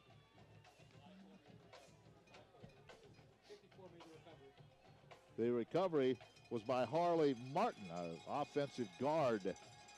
So it's 3rd down and 5 out of the pistol. King wants to throw. Rush is coming. He gets away, throws it deep down the sideline and overthrows his intended receiver, Deontay Brown, and he had to unload because the pressure was coming. Ricky Williams and Ty Phillips are in his wheelhouse, and so King had to roll to his left and kind of threw that ball back across his body. No way that was going to be complete. So once again, good pressure by the Viking defense. The defense holds again, and with 2:52 left in the half, Graceland's going to have to kick it back to the Vikings one more time. We talk about Ty Phillips with the speed of Ricky Williams coming from that linebacker spot. He can get to a certain location in a hurry. Back to punt, Cody Thornton. Ricky, a sophomore out of Florida City, Florida. Good snap. Rushes up the middle, and the Vikings don't get there. Flag's going to be thrown. Somebody bumped him. Somebody bumped him. Here's Jarrell Davis. Jarrell looking to return, And he's still on his feet. Now he's going to be swarmed down at the 8, but that flag will probably give the Yellow Jackets a first down. That's a good call. The Vikings went for the block that time. They got so close, but there was contact, so that's going to. It's running into, but I think it is enough for a first down. It is a first down. It is. So the Yellow Jackets get it back, 2:36 to go. Vikes went after it, got close, but somebody made contact with Thornton, and that was a good call.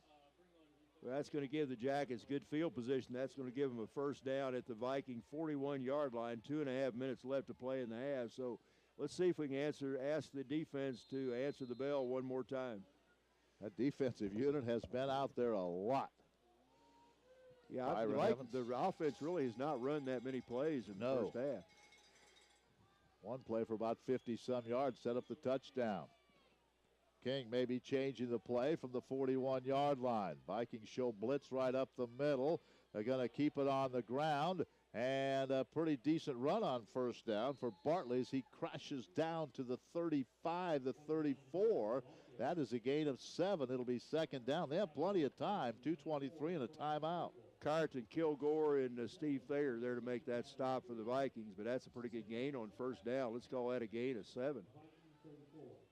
DeLeo Bartley out of Rochester, New York. He is a transfer. I mentioned Miles King was at Central Methodist. So was one of his receivers, Johnny Williams. A couple pretty good players. Second down and 3 from the 34. They want to throw it, and now Ty Phillips with the sack. King faked the handoff, wanted to throw it, and forget it. Number 45 wrapped him up and throws him down at the 40-yard line. Hello, Mr. King. I'm Ty Phillips. Whoa. I'm an All-American. I'm going to take you to the ground. And that's his 5th sack of the year. Boy, did he shoot through there. Yeah, he did. He did. And once he gets you in his grasp, you're not going anywhere. Strong. Third down and 9 after that loss. And the clock down to 1:23. The Yellow Jackets taking the clock down as they don't want to give the Vikings any more time if they cannot pick up a first down. Third and 9 out of the pistol is King, right hash mark. Now a whistle stops play, and that has to be on the offense. Delay of game. Yep. So they were trying to take that play clock all the way down, but pick up another 5-yard penalty, and this takes the ball back to the 45. Well, you can't say enough to this point the way the Viking defense has played this first half. No, they played very well, and we could be down, 28-14 right now, and they've really done a super job of turning the Jackets away. They bit, but they certainly haven't broken. And don't forget at halftime, we're going to visit with Barry Randolph, President CEO of Wood Houston Bank, about their big event today. And then we're going to have Eric Montgomery, the SID of the Heart of America Conference, join us. President CEO. I was trying to think of Barry's title a minute ago. Third about 4, and once again, King is sacked. They're not going to call it a sack because he got back to the line of scrimmage. Boy, he was bouncing around like a pinball between defenders, and they finally throw him down. Hale is around the play, and I think Kilgore's there as well. It's going to be 4th down. Kilgore, Marquez, all around the play, both around the play. That Hale also around the play that time. So, again, less than a minute to play here. It's 4th down, and I imagine Graceland's going to kick it away here. They've got it on the Viking 45-yard line, but they've got quite a ways to go. But who knows? They might go ahead and go for it with that little time left. The Vikings have taken a timeout here, so they want to get the ball back with a chance to score. Let's take a quick 30-second break. We're nearing halftime, but we'll be back with the final 44 seconds on the Viking Sports Network right after this. As in most organizations, it's the people that make the difference. And at the Marceline Manor, we have the best employees and residents you'll find anywhere. I'm Sandy Renzelman, administrator of Marceline Manor. My number one priority is to have the highest quality staff of any facility anywhere, and we do. From that, we build on having the best residents. Our residents are happy and safe knowing that they are being cared for by people who really care about them and their well-being. We're the Marceline Manor in Marshall. Stop in for a tour today and see for yourself. 14-6, Valley with the lead. Vikes use one of their timeouts. They want to force a punt here, which they will, by Thornton, and they want to see if Jarrell Davis, the reigning, he's lining up for a field goal. That's going to be. He got a holder down there. Okay, that's going to be a 62-yard field goal. Well, good luck. He is longest of the year is 51. He's 6 out of 9. This would be a 62-yard field goal by Thornton. Why not? Ball down, kick is on the way, and this one is wide right, and Jarrell's going to bring it out of there. Jarrell brings it to the 10, right side to the 20, up the sideline to the 30, to the 40, to midfield, to the 40 of Graceland, to the 30, to the 20, to the 10, to the 5. Holy cow! 106 yards by Jarrell Davis. I kept saying, no, no, no, go, go, go. 106 yards, no flags. Jarrell Davis makes it 20-6. As Harry Carey would say, holy cow. Well, Joe, you take that chance with a long field goal. Where do we see it on a big-time stage? Auburn, Alabama. Yep. You got guys blocking to try to prevent someone from blocking the field goal so you don't have your speed guys in. And here's the extra point by Morrow. It is up. It is good. It is 21-6. And we're going to call that about 106 yards. We'll get it officially from Andy. But, wow, you take that chance. He catches it. He comes to the right. You have some big guys trying to catch a speedster. He got a couple of blocks, and that really turned this game around. I wonder how many different Missouri Valley records that kick return broke. We'll put our SID department to work on that one. Unbelievable play. Well, it was. And boy, that just Graceland, they have got to feel like the wind's been completely taken out of their sails. They really were in control the first quarter. It's been mainly Vikings here in the second quarter, but again, only one offensive touchdown for the Vikes. The Vikes got that big 55-yard pass play to Mikkel Johnson, then punched it in. But a pick six by Byron Evans, and now a 106-yard return on a missed field goal by Jarrell Davis. Talk about big plays. They don't get any bigger than that. And, boy, he got a great block down at about the 5-yard line. I think that was King who threw a block. And Jarrell just took his time, followed his blockers up that sideline. Well, he's the reigning player of the week. Yeah. I think you can probably pencil him in again. You can see when he got to midfield, he had a good chance of breaking that. He had blockers out in front and a lot of people on that Yellow Jacket kick team backpedaling, and Jarrell took it to the house. All right, here is Dan Morrow's kick, and a low line drive keeps it on the ground. This one is going to be taken by, looks like Vanderlyn, the tight end, and he gets out to the 34-yard line, and that's where the Yellow Jackets. Joe, right now, if you are Jeff Douglas, you're probably kicking yourself thinking we probably just should have punted that ball and got out of there, but you never know. Good tackle by Kiefer Shipley that time. Kind of reminds you a little bit of that Missouri-Florida game a couple of weeks ago. The Tigers scored on what? A pick six, a scoop and score, a 95-yard kickoff return, and an 83-yard punt return. And right now we have the pick six, and we have the return off the missed field goal. I'm calling it about 106. We'll get the official. It was deep in the end zone. You're absolutely right. Well, let's see if King's going to try to do something here. Vikings will take a timeout. I don't know if they didn't like something defensively, and Monty Rowe took a timeout. Why not? You have 2 timeouts with 17 seconds. You can't put them in your pocket. If something's not quite right, take a timeout. Yeah, exactly right. And, boy, you talk about being opportunistic. The Vikings certainly have. 21-6, and this is one of those games at halftime. The time of possession will be the most meaningless statistic you can have. Because Graceland has had the ball most of the first half. I think it's going to be 3-1. At least. Yeah. And that stat will mean nothing. The long pass to Mikkel Johnson, and then the pick six, and then that return. And give the Viking defense credit because 4 times the Yellow Jackets inside the Viking 20-yard line, twice inside the 5, and the Vikes held them to 2 field goals. And one time they had less than a yard to go. They were down there right on the 5-yard line. I mean, the Vikings stuffed them right at the line of scrimmage and pushed them back. So, boy, you got to feel good if you're a Viking right now. So with 17 seconds to go in the half, Miles King will take the snap. The ball is at the 35-yard line. And they're just going to run it. Little spin move by Bailey, and he gets a yard, and that probably will do it for the half. I don't think the Vikes will stop it again. They won't. And the Yellow Jackets, I doubt, will run another play. They could stop the clock one more time, but they're not going to. So that'll do it for the half. Some exciting plays, and Valley has a 21-6 lead over Graceland. We'll begin our halftime show in 1 minute. Hi, this is Albert. Check this out. 2014 Dodge Dart SXT Rally Package, full power, stock number 14207, MSRP 22025, sale price $19,458. And if you're an FFA member or military, I'll give you another $500 in rebates. So stop by and check it out, or check us out at MarshallChryslerJeepDodge.com. And remember, the Marshall Chrysler family cares. We're the dealer after the sale, so please buckle up and drive safely. Lumberyards specialize in lumber. Eye doctors specialize in eye care. Ag dealers specialize in combines. Well, it only makes sense for your small engine needs. Go to a specialist. Davis Lawn Equipment is a specialist in small engine sales and service. It's all they do. Rob Davis sells anything from mowers to trimmers to chainsaws, blowers, and more. And Davis Lawn Equipment has a full-service shop to handle repairs. Ever try to get service work from a discount store? Good luck. For all your small engine needs, whether it's sales or service, see Rob Davis at Davis Lawn Equipment in Marshall.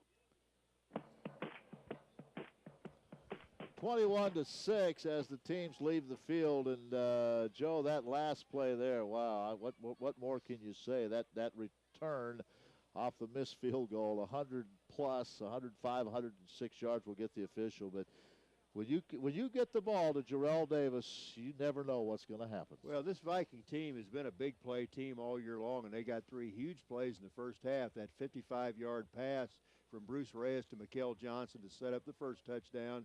The 37-yard pick six by Byron Evans, and then the big one, that, as you said, that 106-yard kick return by Jarrell. And you don't get 3 bigger plays than that.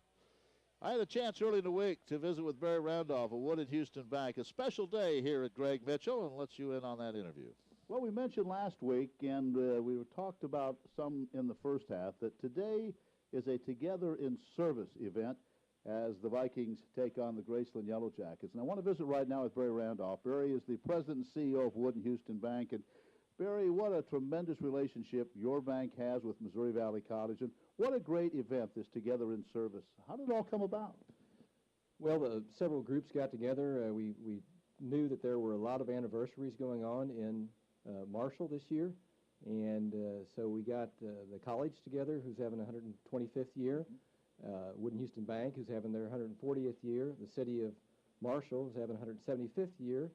The fire department is having 125th year, and Fitzgibbon Hospital 90 years. So we just decided that, hey, we ought to get together and come up with a way to celebrate together. Well, you talk about some institutions in this community. You just named 5 of them right there. So this Together in Service, one thing that people noticed, Dave, when they came to the football game is obviously you foot the bill for everyone to get into the game. But your participation with Missouri Valley College in this community has just been tremendous. You love the relationship, don't you? Oh, yes. And our chairman of our board, John Houston, has served on the board of trustees for the college for over 40 years. And he just recently got off, but now his son is serving on the board as well. As am I. So we have a special relationship with Missouri Valley College, no doubt. And things are rolling here at the college. I'm sure you're pleased with what's going on, what we've seen in the last few years. Oh, absolutely, especially the new student center. That thing is a gem, and most of the money was raised by donations, and it's a tremendous asset to the college and a tremendous asset to try to bring in new students. Let's talk about some of the other events that are going on today. Not only was it the admission, and not only we talk about the Together in Service with all the other organizations, but we have some things going on right now during the football game I think you want to talk about. Oh, we do. Yes, we have free popcorn that we're giving away in a Together in Service megaphone. We also are going to be throwing out T-shirts all day long, and we're giving out koozies as well. One thing we're doing here at halftime is that we're having some relay events for charity, and the bank is going to give money to the charity of their choice, whoever wins first place, second place, and so on. So just some fun things and giving back to the community a little bit. Well, Barry, let me say this about Wood and Houston Bank. What you have done for this area, what the bank has done for this area, has just been tremendous over really the last few years I've been here, but certainly in all 140 years. Well, I appreciate that. We believe that the community is good to us, and we need to be good to the community. And how about this Viking football team? We need to win some more games to get back in the playoffs, don't we? Well, I think we're going to be in the playoffs, but we need to win out. 3 more games. All right. Barry, thanks for stopping by, and congratulations on 140 years of the bank and the college 125 years and for this great event today. Thank you very much. Glad to participate. All right, Barry Randolph, he is the CEO and president of Wood and Houston Bank. As Joe said, they do a tremendous job. The women's basketball team started their season last night, and they lost at College of the Ozarks 98-69. And, Joe, that's a tough place to open a season because College of the Ozarks always a very good NEI Division II team. They are. They're very good. And then to play them on the road like that, and they're a team that always scores a lot of points. It sounds like they did that last night with 98. But, you know, a new era of Valley women's basketball this year, and look forward to covering both the men and the women this season. And Tim Dixon is the coach, and I had a chance to visit with him. We'll talk it over with the new coach of the Viking women in 1 minute on the Viking Sports Network. Parties and gifts are good surprises, but when it comes to your finances, the word surprise rarely means something good. Hi, I'm Edward Jones financial advisor Ryan Bamer. A job loss, change in health, or loss of a loved one can be unexpected and emotional and could potentially impact your long-term financial goals. But at Edward Jones, we don't predict, we prepare. So when life surprises, you'll be ready. Stop by our office at 263 South Odell in Marshall for a face-to-face appointment. Edward Jones, making sense of investing, member SIPC. Football is finally here, and Jennings Premium Meats in New Franklin is ready. Brats, burgers, ribs, pork chops, hot dogs. Whatever you like to grill at your tailgate party, we've got you covered. Serving mid-Missouri for 60 years, Jennings Premium Meats has the freshest selection of meat, we guarantee. Score a touchdown every week at your tailgate party with the help from Jennings Premium Meats in New Franklin. Open 7 to 5, Monday through Friday, Saturdays 8 to 5. Find out more at JenningsPremiumMeats.com. My guest is Tim Dixon. Tim is the basketball coach, women's basketball coach at Missouri Valley College. And Tim, welcome to Valley. You've been here a few months now. A little bit about your background. Well, thanks. Had a great time so far, and looking forward to some more exciting stuff here in the future. Background-wise, pretty simple. I've been a women's basketball coach now for 15 years on the collegiate level. I've been all the way from Division I all the way down to high school. So pretty wide experience with a little WNBA scouting experience thrown in.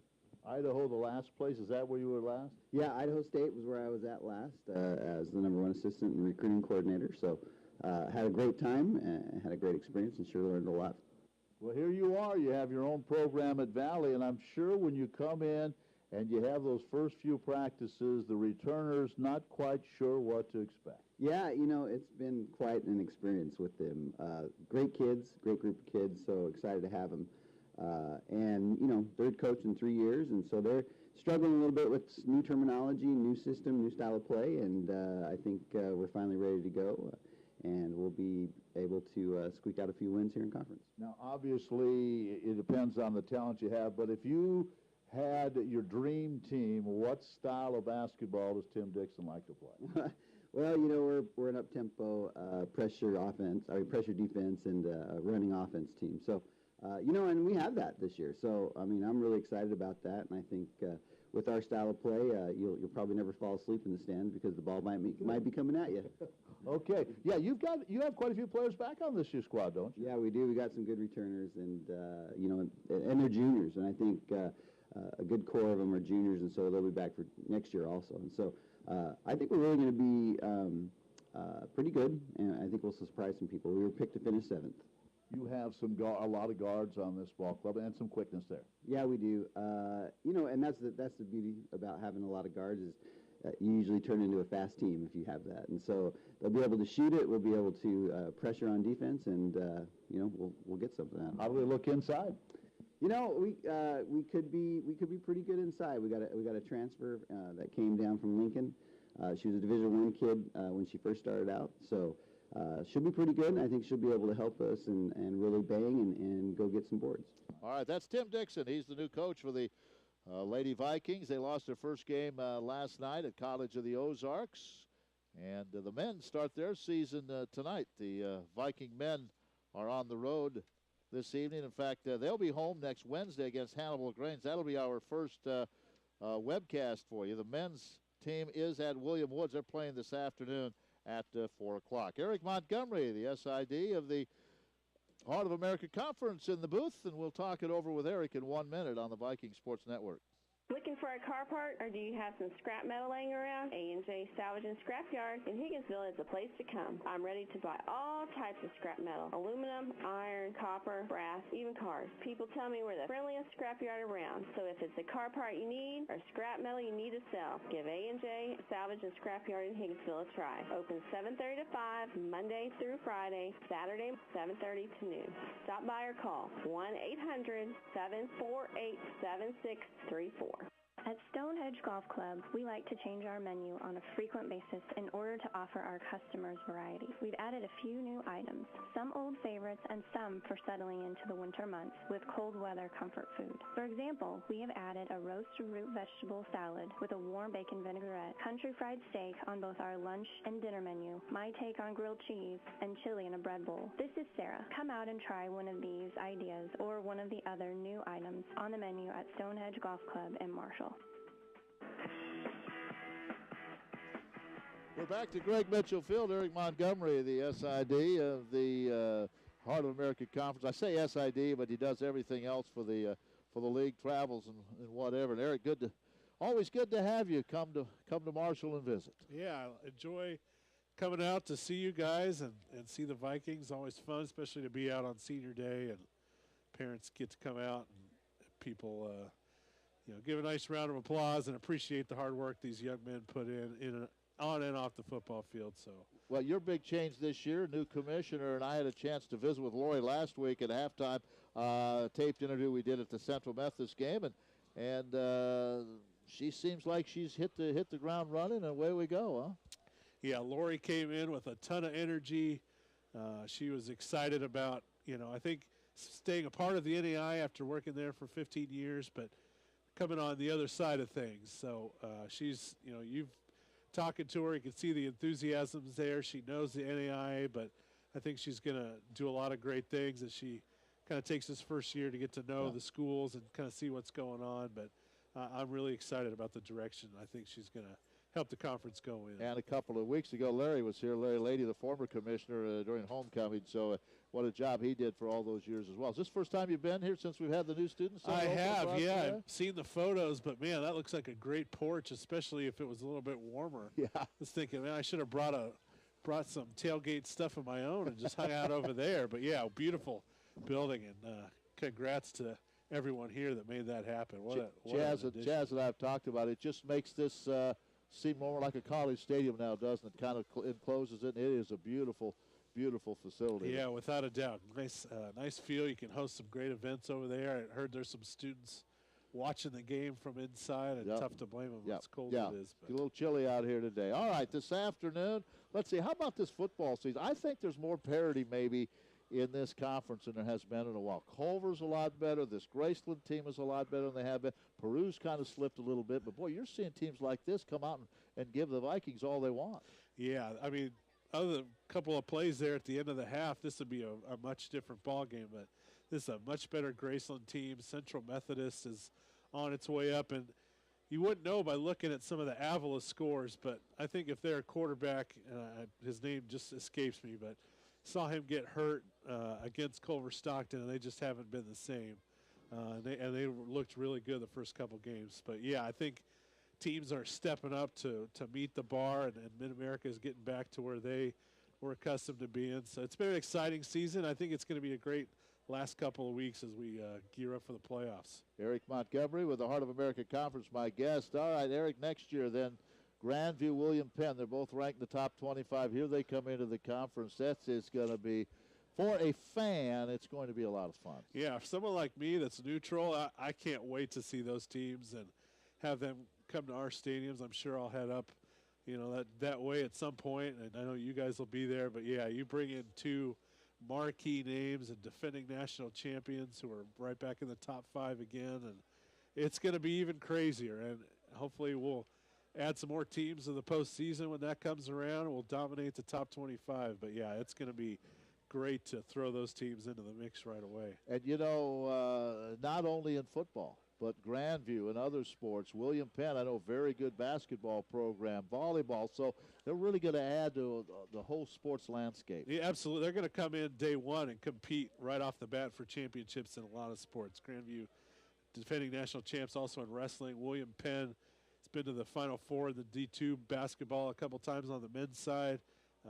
Grandview volleyball is doing really well this year. So, yeah, it's going to just raise the level of the entire conference and really push the league, I think, where everybody feels like we already are, but I think will just give us even more respect nationwide. All right, basketball got underway last night. I mentioned our women lost, but there were some men's games. Benedictine men as well. They lost their first game last night. Yeah, lost at Campbellsville. Tough road opener there for the Ravens, but heard some good things about their performance as they look to replace Charlie Walrap, their All-American. But I think they'll be okay, and Evangel had a tough one on the road as well at St. Gregory's, another Final Four team last year. But we'll get 6 games today. Hopefully the Vikings can get on the win column in their opener with some of the other teams today.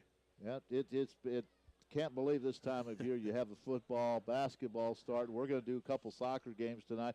The Valley men's soccer team, they've clinched another conference title, so looks like they will be in the national tournament. The women are going to possibly going to be they will be in the conference tournament. Hopefully they'll get a home game. So there's a lot happening this time of year for you. Yeah, it's going to be a busy last couple of weeks here for you and Andy and everybody here on staff. Plenty of games to call and watch and throughout the conference. Looking forward to soccer getting started next weekend with first round of the conference tournament, and then volleyball not too long after that. But yeah, it's going to be postseason's always fun. A lot of surprises along the way, I'm sure. But yeah, I'm looking forward to the second season, so to speak. Now, even though we have those new schools coming in, Evangel's going to add soccer next. Is it soccer next year? Yes, I believe next year or the year after. I have to double check. But yeah, they're going to add soccer, which is exciting. So we'll get add another team there, and I'm sure we'll have some other team. I know Benedictine's adding lacrosse next year, and I've heard some rumblings about some other teams checking that out, as it's kind of the hot sport right now that's really growing nationwide. So I wouldn't be surprised to see that added as a conference sport down the line. Well, the Vikings added lacrosse last year and did quite well in that, and they have their fall brawl here, and they bring in club teams from Missouri and Iowa State and Kansas State. So it would be nice to see some other NAIA schools add that sport. Yeah, I think it's coming. I hear a lot, even at the high school level, there's teams that are the club circuit for lacrosse is growing, and so that just, to me, just says the next step is for some other institutions in our conference to explore that. So I'd say within the next 10 years, now this is just my opinion, but I think it's coming. I think once we get to enough for wrestling, that'll be a part, and then I think lacrosse is on the horizon for sure. All right, one more question for you, Eric Montgomery. Do you send Alex Gordon around the bases the other night? We've been debating that all week. Yeah, it's a hot topic. I hold him. I'm a conservative guy by nature, and I think you got to give your guy a chance to knock him in. Salvi had done it once in the playoffs, and I think Joe, talking before the game, you don't want to run into the third out. You don't want to run into the third out in the bottom of the ninth of Game 7. So I think Churchley made the right call. All right. Always good to see him, a man, and come back anytime, and we'll see you on the road. Thanks, my friend. All right, Eric Montgomery. Always appreciate him stopping by and letting us know what's happening in the Heart of America Conference. We'll be back with more 1 minute Viking Sports Network. Sturhan Jewelers is your official game day jewelry headquarters. Our handcrafted by Sturhan's Mizzou jewelry has received wide acclaim, made in gold and a very affordable sterling silver. And we now have a Missouri Valley Viking jewelry line, all Sturhan originals. Custom glassware and personalized gifts for all your area high schools. Sturhan Jewelers is your full-service jewelry store located on the east side of the Marshall Square. Hi, this is Frank of Frank's Appliance. You know my dad has been servicing your appliances and offering quality used appliances here in Marshall and the surrounding area for the past 32 years. And we are still doing it today. New or old, we have the knowledge and experience to fix the problem. Hey, it's a fact of life. Things are going to break. And we believe in the old saying, if it's broken, we fix it, not throw it away. So if you need repairs or quality appliances, call 886-6021 today. Well, one correction in the first half. We're not taking away the Jarrell Davis touchdown, but Chaz Maddie tells us that in college football, the 100 yards is the maximum. They don't take that into the pros. You can return a punt or kick all the way up to 109 and a half yards, if you will, but not in college. So that will go down officially as a 100-yard return. But, boy, what a big play that was in this game. Joe All is back, and Joe, last night was another night of high school playoff games, and you've probably got a few scores, I think, to pass along from last night. Well, Ken, it was district semifinal games last night, and I'll read some of the area scores in Class 1, District 6. Westran beat Fayette 57-0. Marceline knocks off Salisbury 48-7. Next Friday night, Marceline will go to Westran. That'll be for a district championship. In Class 1, District 7, it was Plattsburgh 42-6 winners over Lone Jack. West Platte beat Wellington Napoleon 67-24. It'll be West Platte at Plattsburgh for the second time this year next Friday night. Let's flip over to Class 2. In Class 2, District 7, South Callaway beats Hallsville 61-0. The other undefeated team, Higginsville at home, beats Cole Camp 53-14. Both those teams state-ranked undefeated. They'll play next Friday night in Mocaine, Higginsville at South Callaway. That should be a great game. In District 8, a couple of other undefeated teams won last night. Brookfield beats Lawson 44-14. East Buchanan, they won the KCI conference this year. They knock off St. Joe LeBlanc 58-34. East Buchanan will travel to Brookfield next Friday night. In Class 3, District 6, California beats Southern Boone 63-6. Blair Oaks all over Fulton 52-14. Blair Oaks and California will hook up for the second time. California won that first meeting by the score of 21-10. They'll play next week in California. District 7, O'Hara beats Odessa. Ken, listen to this score. Last night, Oak Grove comes from behind to beat Bishop Hogan 47-46, or Hogan Prep, I guess it is. Oak Grove scores a touchdown with about a minute to go, goes for a two-point conversion, missed it, tried an onside kick, got it back, and kicked a 40-yard field goal to win it, 47-46. Oak Grove will go to O'Hara. O'Hara won the first meeting of the two teams. They'll play next Friday night in O'Hara. In District 8, Maryville, the defending Class 3 state champ, they beat Chillicothe 50-28. St. Pius beat Lincoln Prep 35-13. St. Pius will go to Maryville next Friday. Real quickly in Class 4, District 6, Harrisonville beats Green Valley 42-0.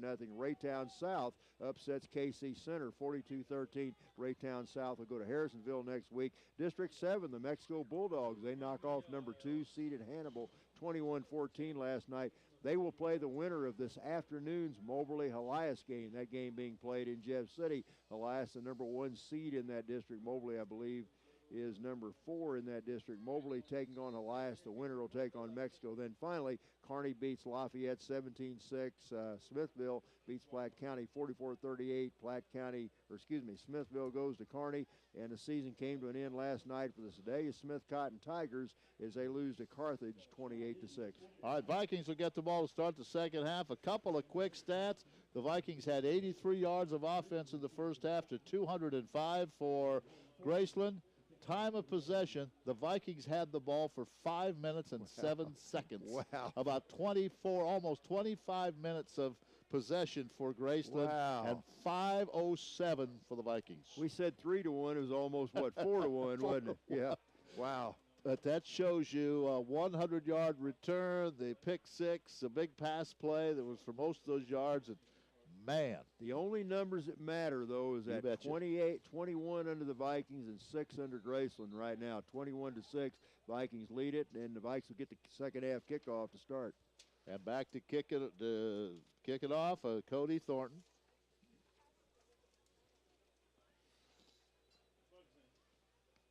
Back deep, the man of the hour, Jarrell Davis and Mikhail Johnson.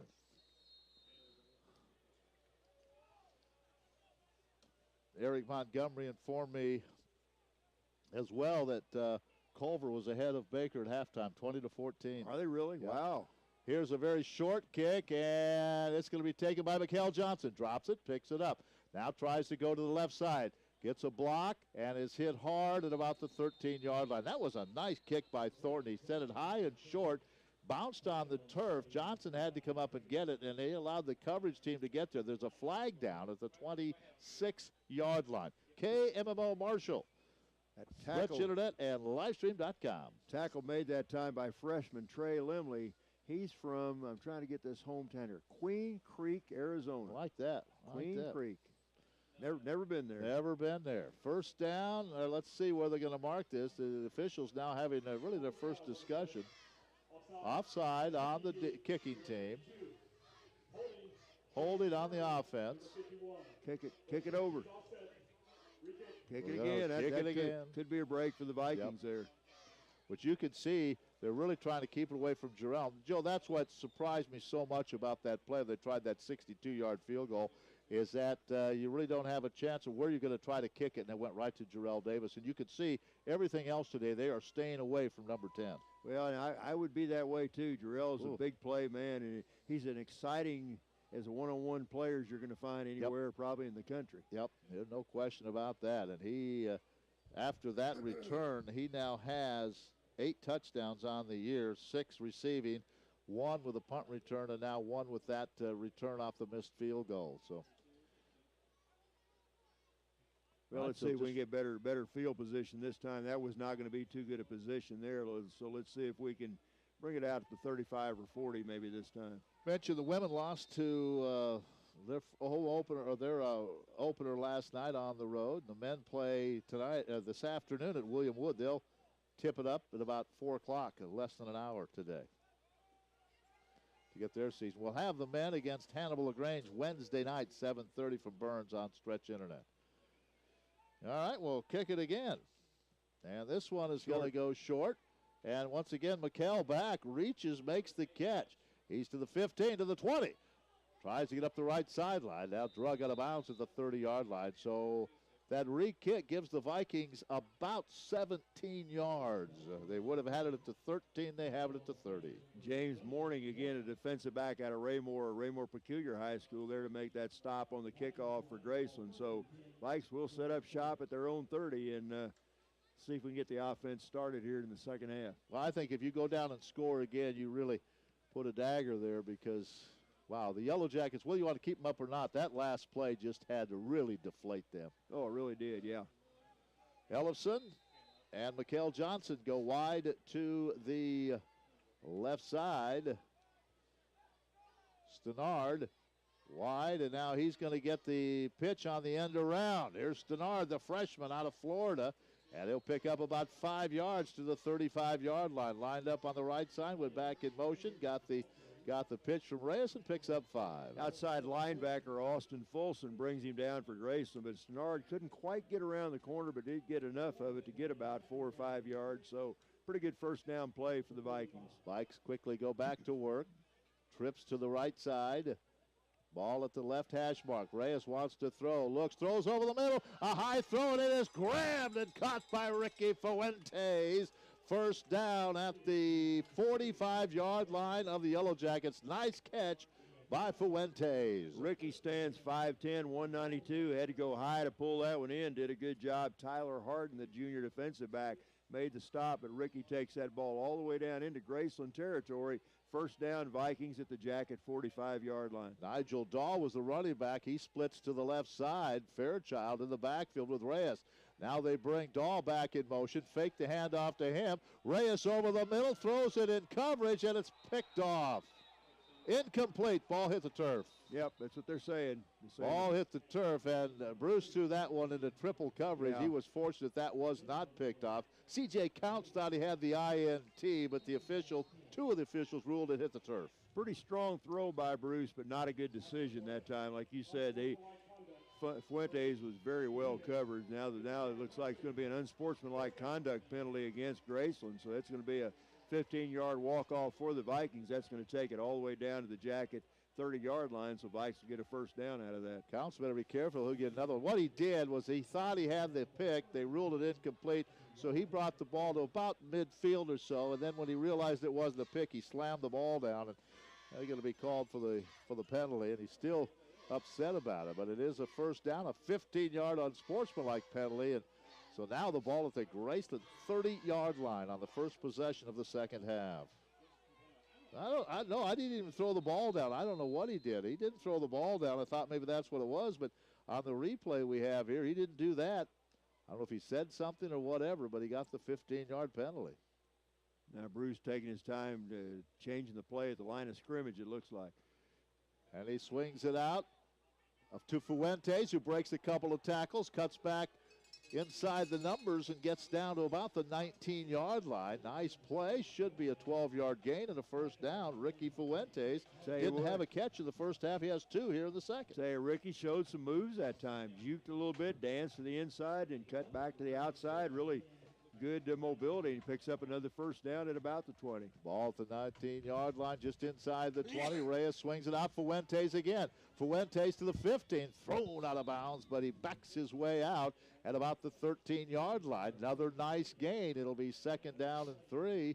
Fuentes must have said, hey, call my number. They've called it 3 times on this drive. Well, he's the leading receiver, at least in terms of catches for the Vikings here this afternoon, as he wheels in his third pass in the last 5 minutes of the game. This is the last home regular season game. We go on the road to Evangel next week and Baker in 2 weeks. Daw, the running back. Second down, Reyes wants to throw, and he throws it by Stenard. Stenard was running toward the stopped and then was cutting toward the middle. A pass went to the outside. It'll be third down and 5. Yeah, a little miscommunication there on that one. Vikings get away with it. At least Bruce threw a bullet, and nobody was going to pick it off. So third down, big third down and 5 right now. 12:58 to go in the third quarter. Missouri Valley, after a slow start, now leads 21-6. Ellison wide right. Stenard wide left. Bruce throws again out of the backfield. This dog gets a nice block. He's to the 10, to the 5, into the end zone. Touchdown. Oh, he got a couple of nice blocks. That may have been Ellison who threw one of them. And Nigel Daw into the end zone. The Vikings strike on their first possession of the second half. 14-yard pass play from Bruce Reyes to Nigel Daw, and one of the Graceland defensive backs actually drove Nigel into the end zone. I think they had him stood up about the 2, then somebody hit him from behind, and momentum took him right in for the score. So Vikings in control right now. They've scored the last 27 points of the game, lead at 27-6. And this point after attempt is blocked. Wow, I think they came right up the middle to block that one. And I believe it was Austin Folsom, the linebacker, but he was there. Extra point is no good. That's only the second one missed this year by Morrow. 12:49 to go in this third quarter. 27-6 Valley on the Viking Sports Network. We'll be right back. Hello, this is Dr. Barbara Burns with AccuQuest Hearing Centers, encouraging you to schedule a free, no-obligation hearing evaluation today.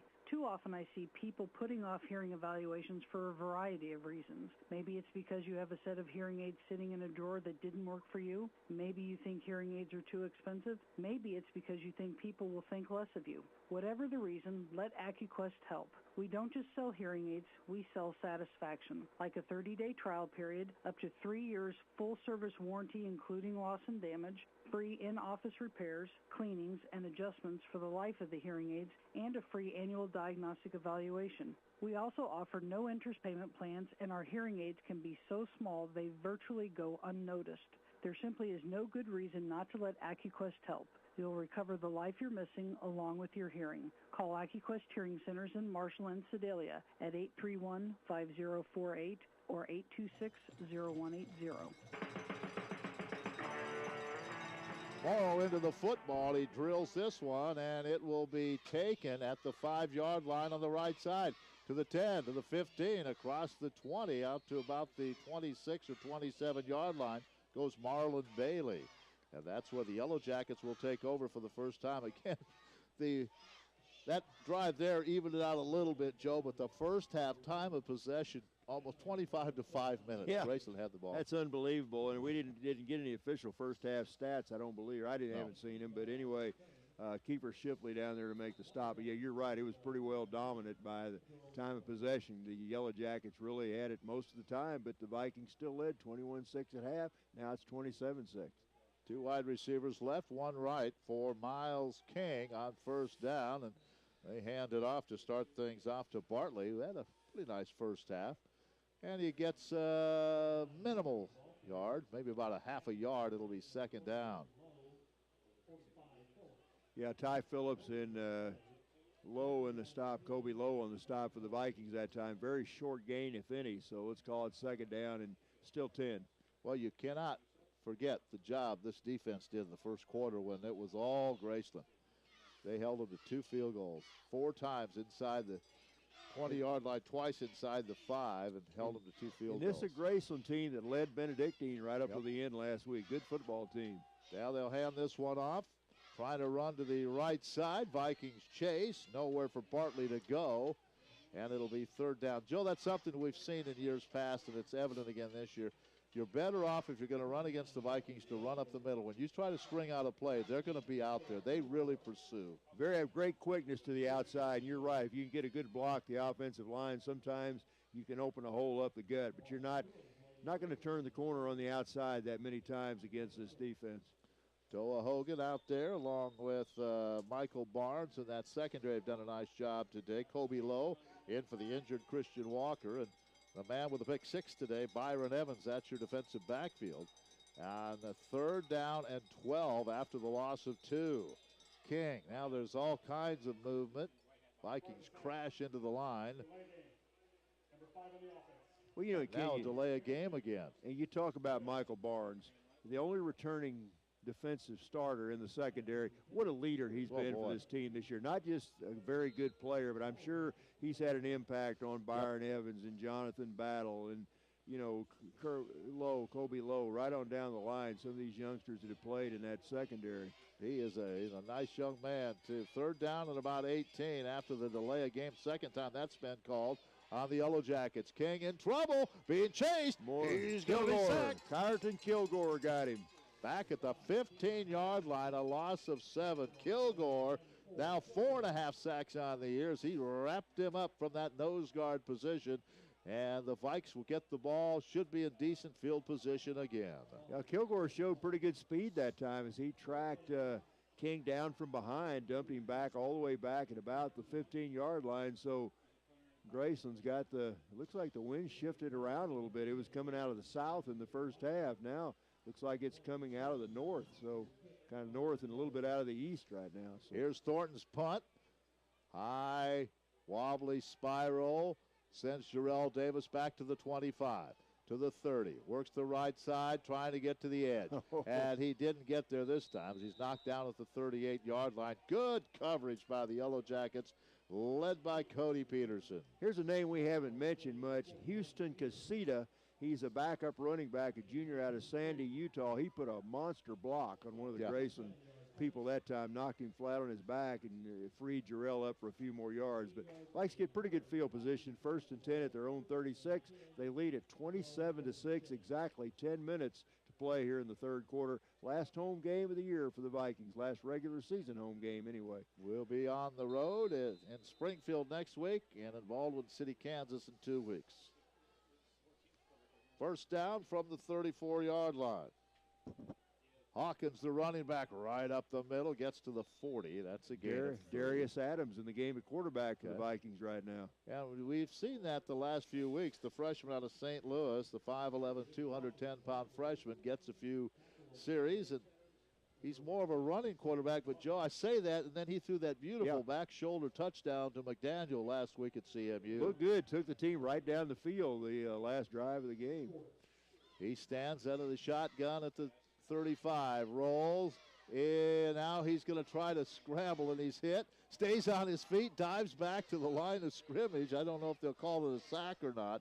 He's awfully close to the line of scrimmage. He'll lost the yards. It'll go as a sack. It'll be 3rd down and 9. I think if he'd have taken off and run, he had a little room, but he was looking downfield. And the all-everything linebacker, Billy Went, there to bring him down. We've talked about Went. He's a senior linebacker out of Bethany. Probably played at South Harrison High School. Stands 6'3", 236, and really been a good one. And South Harrison right up Bethany, real close to Graceland in proximity and location. Went had 72 tackles coming in. Adams rolls his right, steps up in the pocket. Now he scrambles around. He takes off around the left side, trying to fight for first down yardage. Got it. Dives forward and has it. He was hit at the 45, but somehow just lunged forward and picks up an extra yard and gets a first down at the 48. James Morning, the defensive back, finally drug him down, but good mobility that time by Darius and good strong surge at the end to dive forward and get that first down. First down at the Viking 47-yard line. Quick pass out in the flat, Jarrell Davis. Breaks one tackle to midfield. Jarrell lowers the shoulder and gets inside the Graceland 45 down to the 42.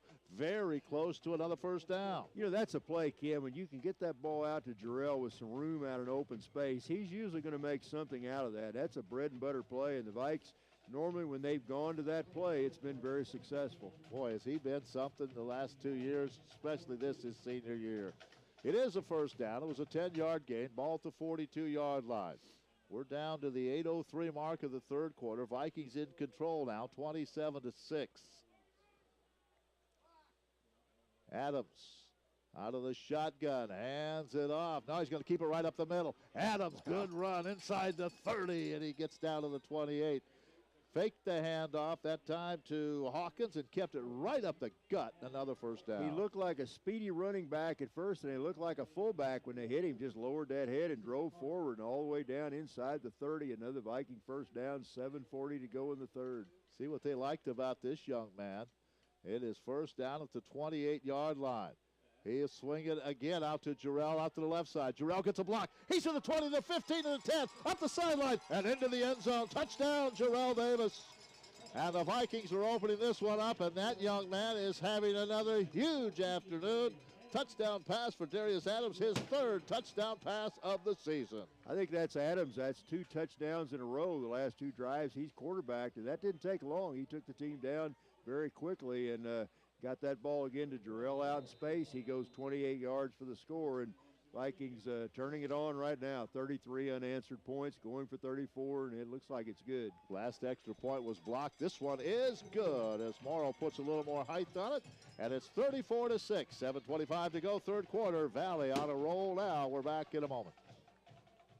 Are you looking to buy, sell, or trade your firearms? Then come to A&J Guns. We are your one-stop shop for all your firearm needs. Choose from Benelli, Stoger, Black Rain Ordnance, Glock, and more. Come to A&J Guns, 5 miles east of Marshall in the Clemens Pool and Spa building. Call 886-4666. Wanting to get your concealed and carry permit? Then sign up at A&J Guns. We have monthly classes. A&J Guns will provide everything you need. Group discounts are also available. So protect yourself and your family. Get your concealed and carry permit today. Call A&J Guns at 886-4666. Let the experts at Clemens Pool and Spa put a vacation in your backyard. Whether it's a new swimming pool, barbecue grill, patio furniture, or hot tub. Save money by vacationing in your own backyard. Call the builders of Personal Paradises Clemens Pool and Spa at 886-7613. Are you already dreading those long, cold winter nights? Then let the experts at Clemens Pool and Spa warm your home with a new fireplace or stove. Choose from gas, electric, pellet, or corn. We have it all. We sell all the top brands, so shop locally at Clemens Pool and Spa on Highway 240 east of Marshall. Vikings opening this one up now as they have scored 13 unanswered here in the second half to lead it 34-6. Morrow will kick it away again. He hasn't had that long kick today. And this one is returnable, and this is going to be Juan Frazier. Frazier up the middle, hit hard, bounces to the outside, tries to keep going, and now he's going to be wrestled down, I think, at about the 25. And boy, there's a lot of pushing and shoving going on, and the officials talk to a few players, but leave everybody alone, leave the flags in the pockets, and it's going to be first down at the 25-yard line. Gregory Johnson made the first hit for the Vikings that time. We mentioned his name on special teams. He's a freshman defensive back out of Port Arthur, Texas, but he got down quickly that time, and they pinned the Jackets right about the 25-yard line. So once again, good coverage by the Viking kickoff team. Well, they do have some athletes, this Viking team, and they have some speed. First down at the 25 for Miles King. Out of the pistol, swings it out to the side. It is caught, and that's going to be a nice gain of about 9 yards. Swings it out to the right side, And he goes to Deontay Brown. They'll give him about 9 to the 34-yard line. Linebacker Ricky Williams drags Brown down from behind, but that is going to be very close, just shy of the first down. Let's call that second down and 1 for Graceland, down to 6:53 to go in the third quarter. Vikings just scored. They lead at 34-6. Ball is at the 34 and the right hash mark. KMMO Marshall along with Stretch Internet, livestream.com. If you're enjoying the broadcast this afternoon, nice sunny day, chilly on this November 1st. Here's the handoff and a first down. Goes to Bartley, gets across the 35 to the 38. Remember to fall back your clock an hour tonight, right? Get an extra hour's sleep tonight. I get confused sometimes. too. Spring forward or spring back. I I've sprung forward, I've sprung back, I've fallen forward, and I've fallen back too, you know. I can't remember what I'm supposed to do. But we do something with the clocks tonight. Yeah, just don't keep the time the same. 39-yard line is where they have the ball. I just never change mine in my vehicle. That way about once or twice, half the year it's right. You'll be right, yeah, part of the time. Part of the time. If you're right part of the time, you can't be all wrong. That's right. First down at the 39-yard line. Miles wants to throw it. Oh, nice pass. He's got Williams at the Viking 45 up the sideline. A little pump fake. Barnes came over on the coverage, but nice throw to Johnny Williams, and that's a first down at the Valley 45-yard line. And we might mention Terrence Hollins-White, another freshman defensive back out of St. Louis in the Viking lineup right now. He's lined up on that far side. So Vikes shuffle him in and out on the defensive side. Coach Monty Rowe gets a lot of people in and out of the game during the course of the game.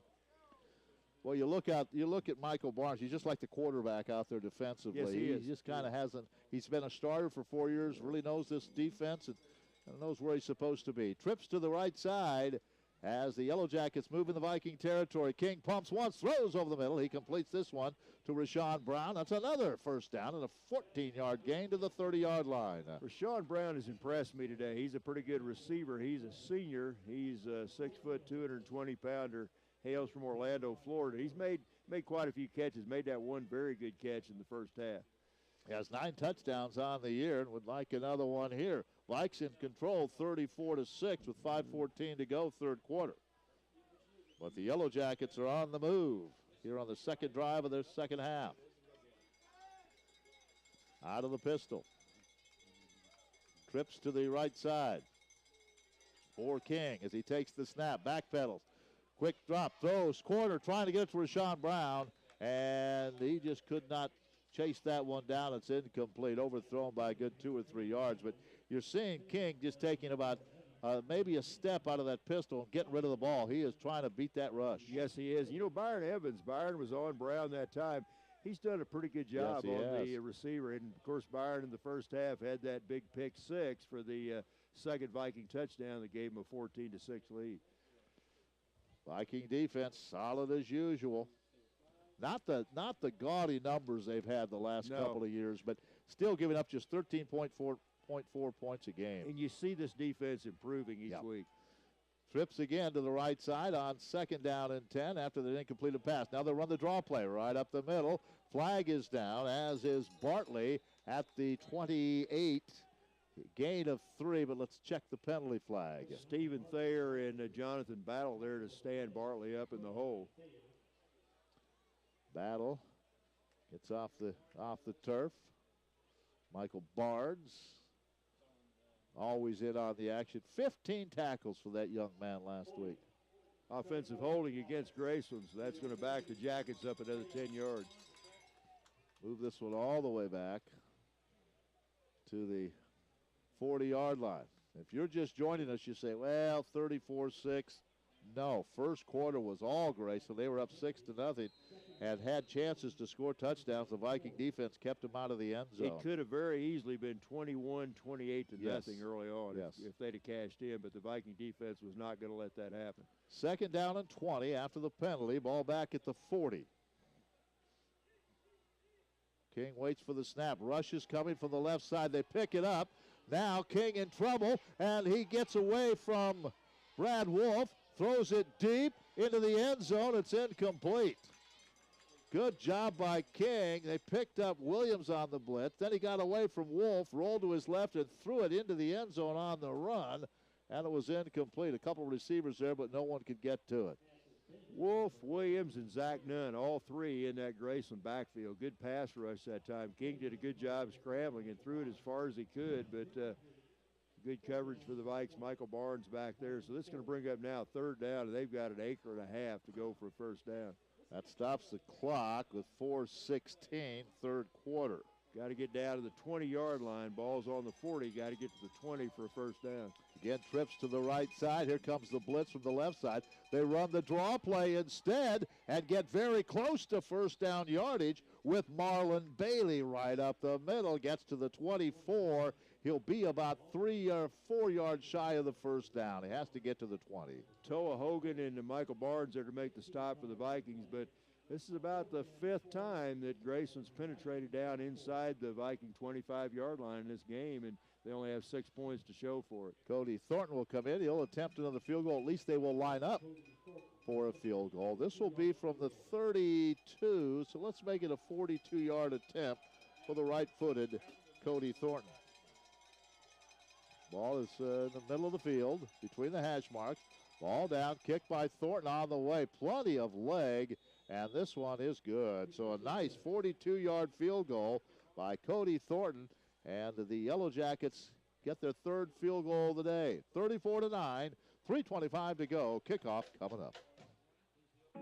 This winter, it's time you choose the gas furnace with a lifetime unit replacement limited warranty. It's time you choose Amana brand. To receive warranty, online registration is required within 60 days of installation, except in California and Quebec. Visit amana-hac.com for full details. Call your local Amana dealer, Country Heating and Cooling in Marshall and Slater, 831-5385 or 529-2100. This is Frank reminding you, if you want a job done well, get a busy man to do it. If you want a huge deal on a new 2014 F-150, better get them while we got them. Hi, this is Matt here at Elmer Hare Ford. This month we're having our Truck Month sales event. You'll get 0% interest for up to 60 months, plus $1,750 in trade-in assistance on a new 2014 F-150, the hardest working truck and best looking truck on the road. With that, you'll also get a 5-year, 100,000-mile powertrain warranty. Put a new Ford truck in your driveway and money in your pocket. Elmer Hare Ford sales in Marshall, where you get a hair better deal every time. KMMO Marshall, Stretch Internet, livestream.com. As the man with 3 field goals, Cody Thornton will kick it off. And he sends this one into the end zone and through the end zone on the bounce. And Sherelle Davis lets it go through it, so the Vikes will start at the 25-yard line. See Tyler Davis down on the sideline. Played some professional football in Germany. And he's back here. He's a program with the YMCA. He works with some of the youngsters in the community, and he's back, but he said he still has some options, maybe some arena football or whatever coming next year for Tyler. But boy, what an athlete he was for this And I got team. a couple of grandkids that go out to the Y that live here in Marshall, and they say TD's pretty neat. Yeah, they like him. Yeah, They like Tyler. They really do. Yeah. And LaQuentin Black is also, who played football here, a good cornerback, also is in on that program. So they work with those youngsters at the YMCA. Here's the 1st down handoff. And a gain of a few yards. Bruce Reyes back in at quarterback, and they'll get down out to the 27-yard line, just a gain of a couple.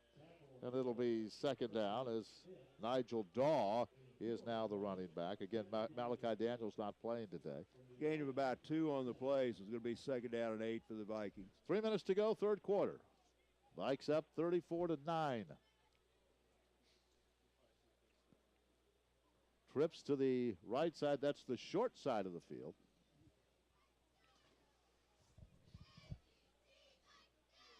And they'll hand it off that way.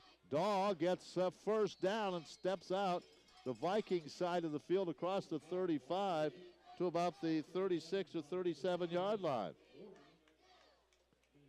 So it'll be 1st down from the 35. Nice little play as Reyes looked right but gave the ball to Daw going left. 1st down, 35-yard line. Reyes wants to throw, rushes on and throws it away. He had Daw in the area. Again, looked to his right, was going to throw it back to Daw on the short side.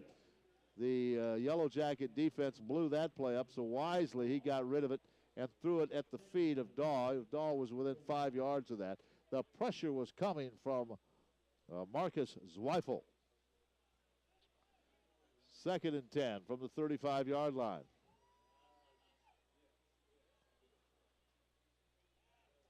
Trips to the right side.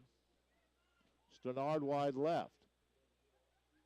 Throw it over the middle, high pass, and that's batted down. Someone tipped that one. Tried to get it over the middle of Jarrell Davis, just a quick hitter over the middle, but that ball was tipped. So it's 3rd down and 10 from the 35-yard line. C.J. Counts threw that ball to the sideline. He's still not happy about not giving him that interception.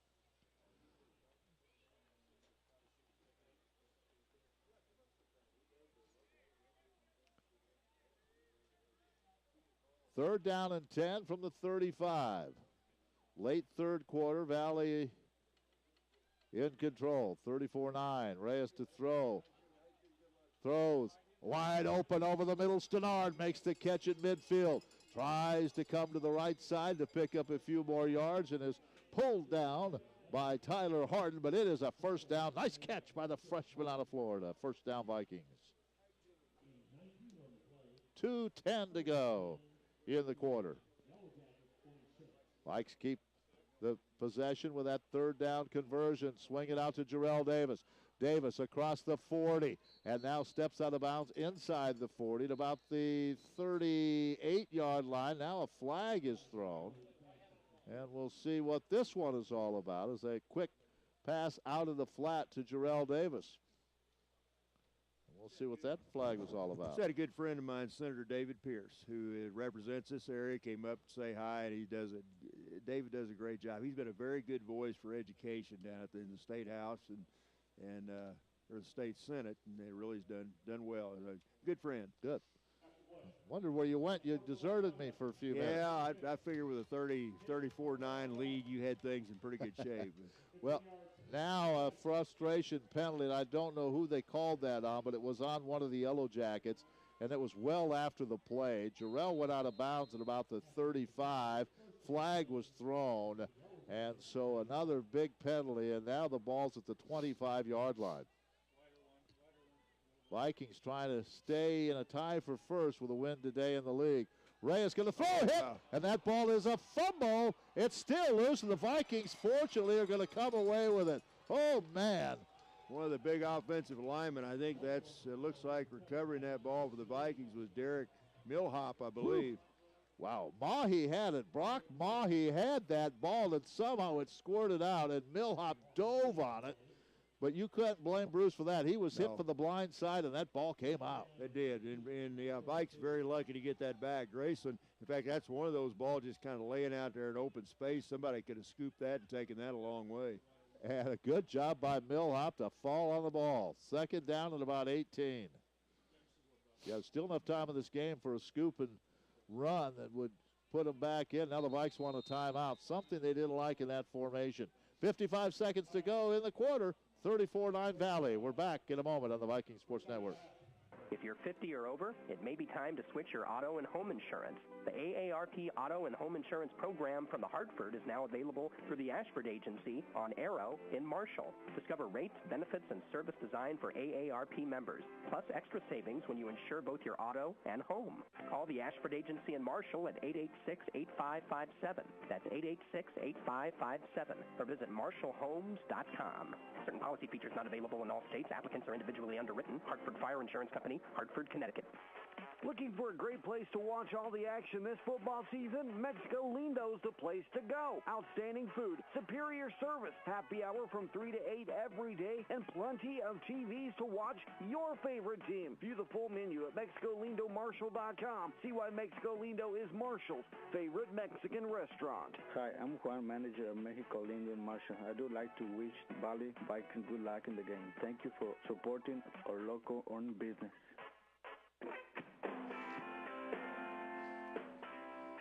Well, the offensive coaches saw something there they didn't like, and they quickly took a timeout, the first the Vikings have used in the second half.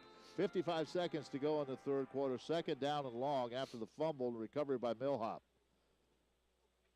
Reyes waits for the snap. Here comes the rush again. They are trying to get to him. It's to Jarrell. There's a lot of pushing and shoving going on both ways. They're going to call it incomplete, incidental contact.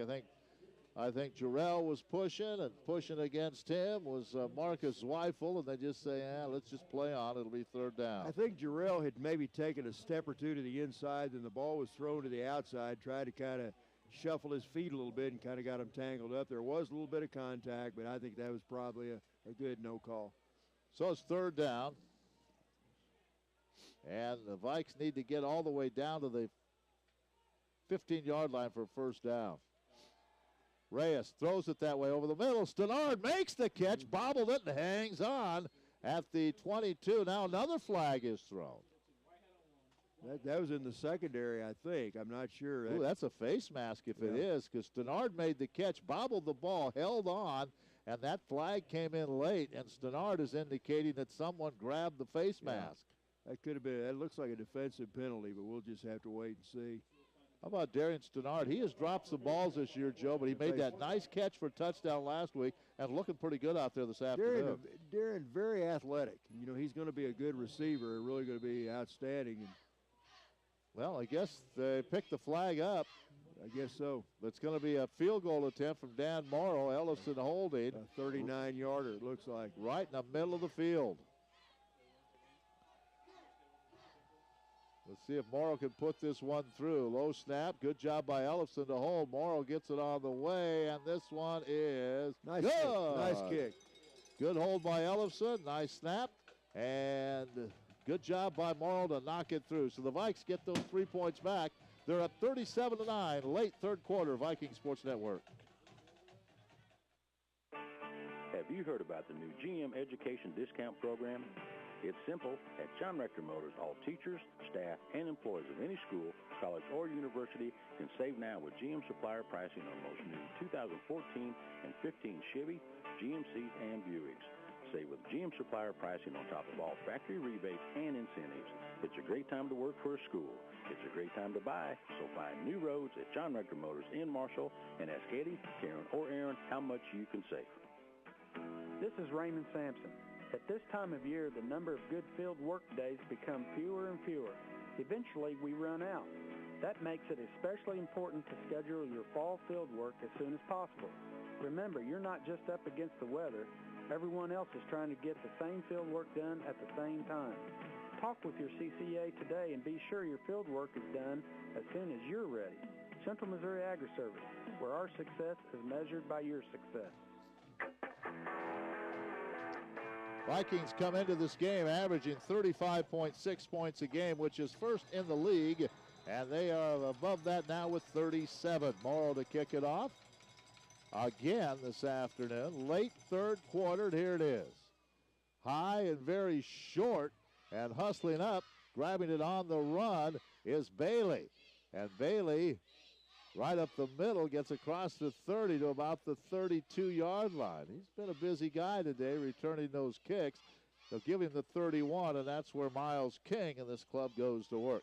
You know, Ken, and some people would question why Coach Jeff Douglas of Graceland went for a field goal a minute ago. They were down 34-6, but when you've had 34 unanswered points scored against you, you've got to do something positive, and I think he wanted to get a little bit of momentum back.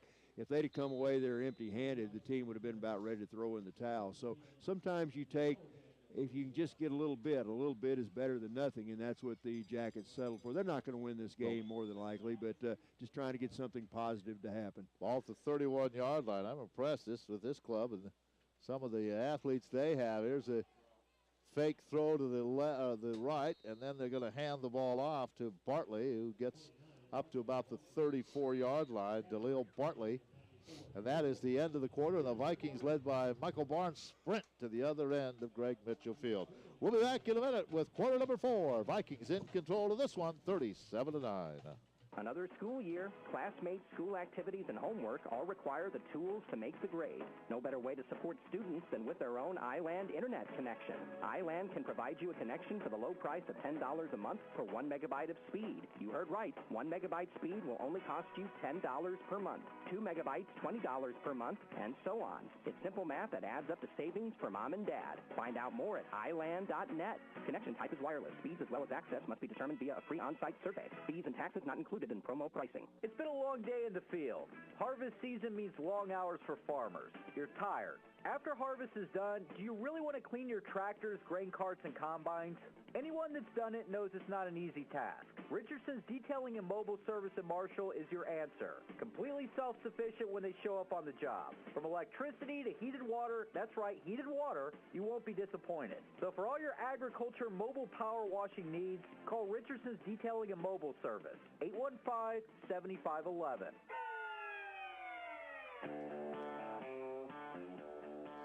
On second down and about 7, King to throw. Steps up in the pocket, throws it deep. He's got a receiver there, and it's Johnny Williams who beat Battle, and he's still on his feet and gets inside the 10-yard line all the way down to about the 8. He had a couple of steps on Battle.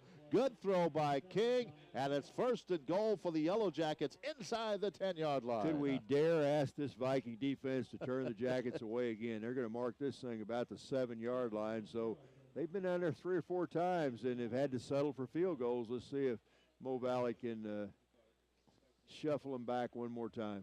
They have not scored a touchdown yet, and this is their 5th trip today into the red zone. So first down at the 7-yard line.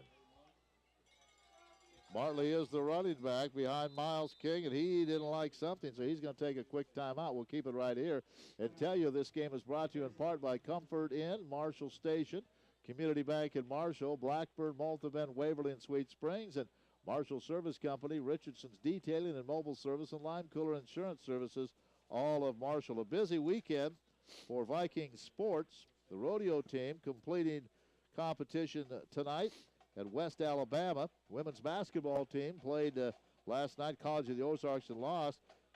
Tonight, women's and men's soccer, Culver Stockton at Valley, 6 and 8:30. We'll have both games live streamed. It's senior night. Women's volleyball, Harris Stowe at the Vikings at 6 at the Burns Center. It's also senior night. Men's basketball, that game will get underway shortly. Valley at William Woods. And women's wrestling, Valley at the Can-Am Open in Jamestown, North Dakota. So a lot happening today. Joe, that men's basketball team, a lot of those players back from last year. I'm looking forward to that season. I think it could be a fun season. Well, the Vikings picked 5th in the preseason polls, so just outside the top 4. So that's encouraging in itself. If, like you said, some good people coming back. Here's King, throws the fade into the end zone. Incomplete. I think the catch may have been made by Rashawn Brown, but he was out of bounds, or he bobbled it. And there was Byron Evans right back. Byron's been with him all afternoon. He was right there. I think you're right. I think Brown did make the catch, but he was maybe had both feet out of bounds. So it's going to be an incomplete pass. Second down and goal from the 7, just underway in the 4th quarter. 37-9, Vikings lead. Yeah, they're ruling that he was juggling the ball. Byron was right with him as he was juggling the ball as he went out of bounds. So incomplete pass, second and goal from the 7-yard line. Again, Bartley is the running back in the pistol behind Miles, left hash mark. Takes the snap, hands it off. Bartley looking to get to the 5. He didn't get there. That didn't fool anybody. It'd be easier to tell you which Vikings are not in that play. In the whole middle of that line, and the linebacker's right there to bring him down. That's going to be no gain at all, I don't think, on that play. He lost about a foot. So third goal from the 8. We're underway in the 4th quarter. Valley in control, 37-9. We'll be on the road next week in Springfield. We close out the regular season. A couple of road games at Evangel next Saturday, then in Baldwin City, Kansas. Big showdown with Baker, last regular season game of the year in 2 weeks. Rashawn Brown goes wide to the right side. Now they're going to send Williams over there with him in the slot. On 3rd and goal, Miles King rolls to his right, in trouble, throws it away in the back of the end zone. He was under heavy pressure back at the 18-yard line, and he threw that one, tried to get it through the end zone, and It'll be 4th and goal. Ty Phillips, Ricky Williams, and Kyerton Kilgore all came a-visiting that time as they came into the backfield and had a lot of pressure on Miles King. As you said, Miles just throws it away. So you got to go for it now, I think, if you're Graceland. You're inside the 10-yard line, 4th down 37-9. They'll go for 6 here. Well, can this Viking defense do what they've done all day, and that's hold a team out of the end zone? 4th and goal from the 7.5-yard line. Miles King takes the snap, looks into that corner, guns it, incomplete. Oh, he had a lot on that throw, and he was trying to get that one to Johnny Williams, and he couldn't hang on to that fastball, and once again the Viking defense stops the Yellow Jackets inside the 10-yard line. Well, I mean, we've seen this defense come up big in a lot of games this year, but I don't know any one performance that's been any more impressive than what they've done here this afternoon. Like you said earlier, we don't have the gaudy numbers this defense has had in the past, but 13.4 points a game, they just don't let people score. No, this Graceland team, again, we've talked about this. I mean, they beat Culver Stockton 45-0. They beat Central Methodist. They almost beat Benedictine. Yep. They're a good football team. They are a good football team. 1st down at about the 8. Let's see if the offense can get out of this hole. Reyes fumbled the snap, picks it up. Now throws it deep, and he makes the catch, and that's Ellison. The young man out of Marshall makes the catch down the left sideline across the 40 to the 42-yard line. And Steve Ellison's really been a short receiver most of the year, kind of a down-and-out man. That time he took off on the fly pattern. He got open down the left sideline. Bruce put a nice touch on that ball, a lot of air under it, and Steve ran under it, a big play, and that's all the way to the 42. And that's his 16th catch of the year. 1st down, 42-yard line. Get out of the shadow of the goal line anyway. Reyes will hand this one off. Straight up the middle goes Hawkins. Strong move, kind of crawls his way, crab walks his way, if you will, to midfield. Gain of 8.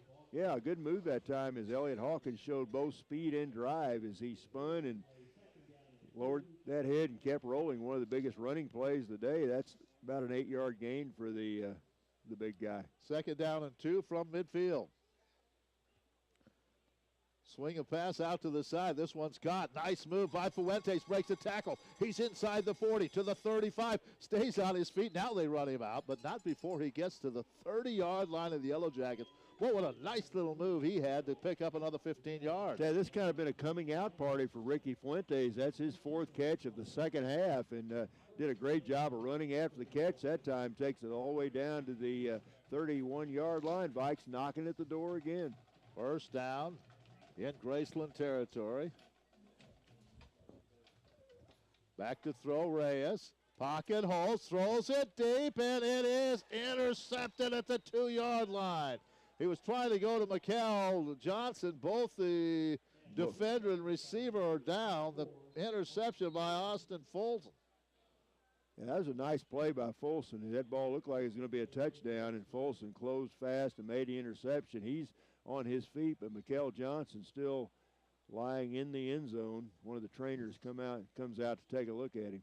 For Bruce Reyes, a couple of touchdowns today, but that is his 12th interception of the year. And McCall went up for it, and so did Folsom. Folsom just got the ball. Good coverage.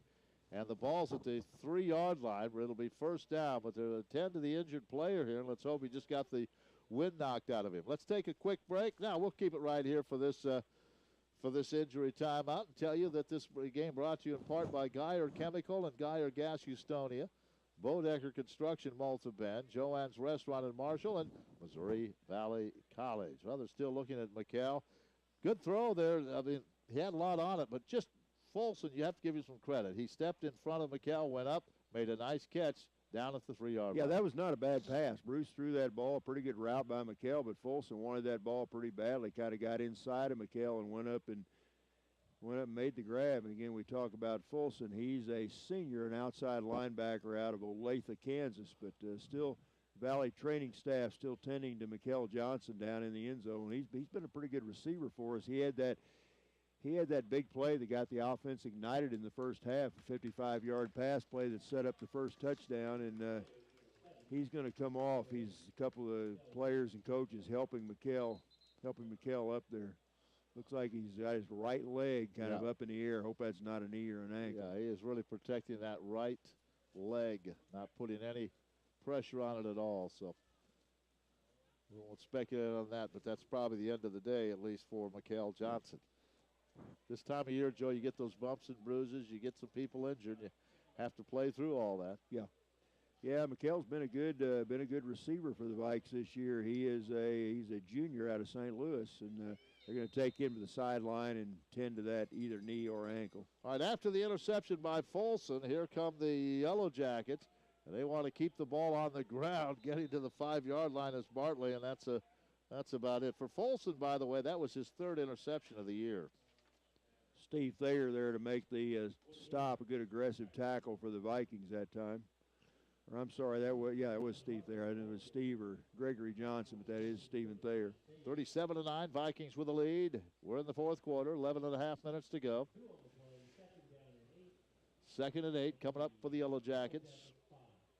Vikings will be on the road next week in Springfield against Evangel.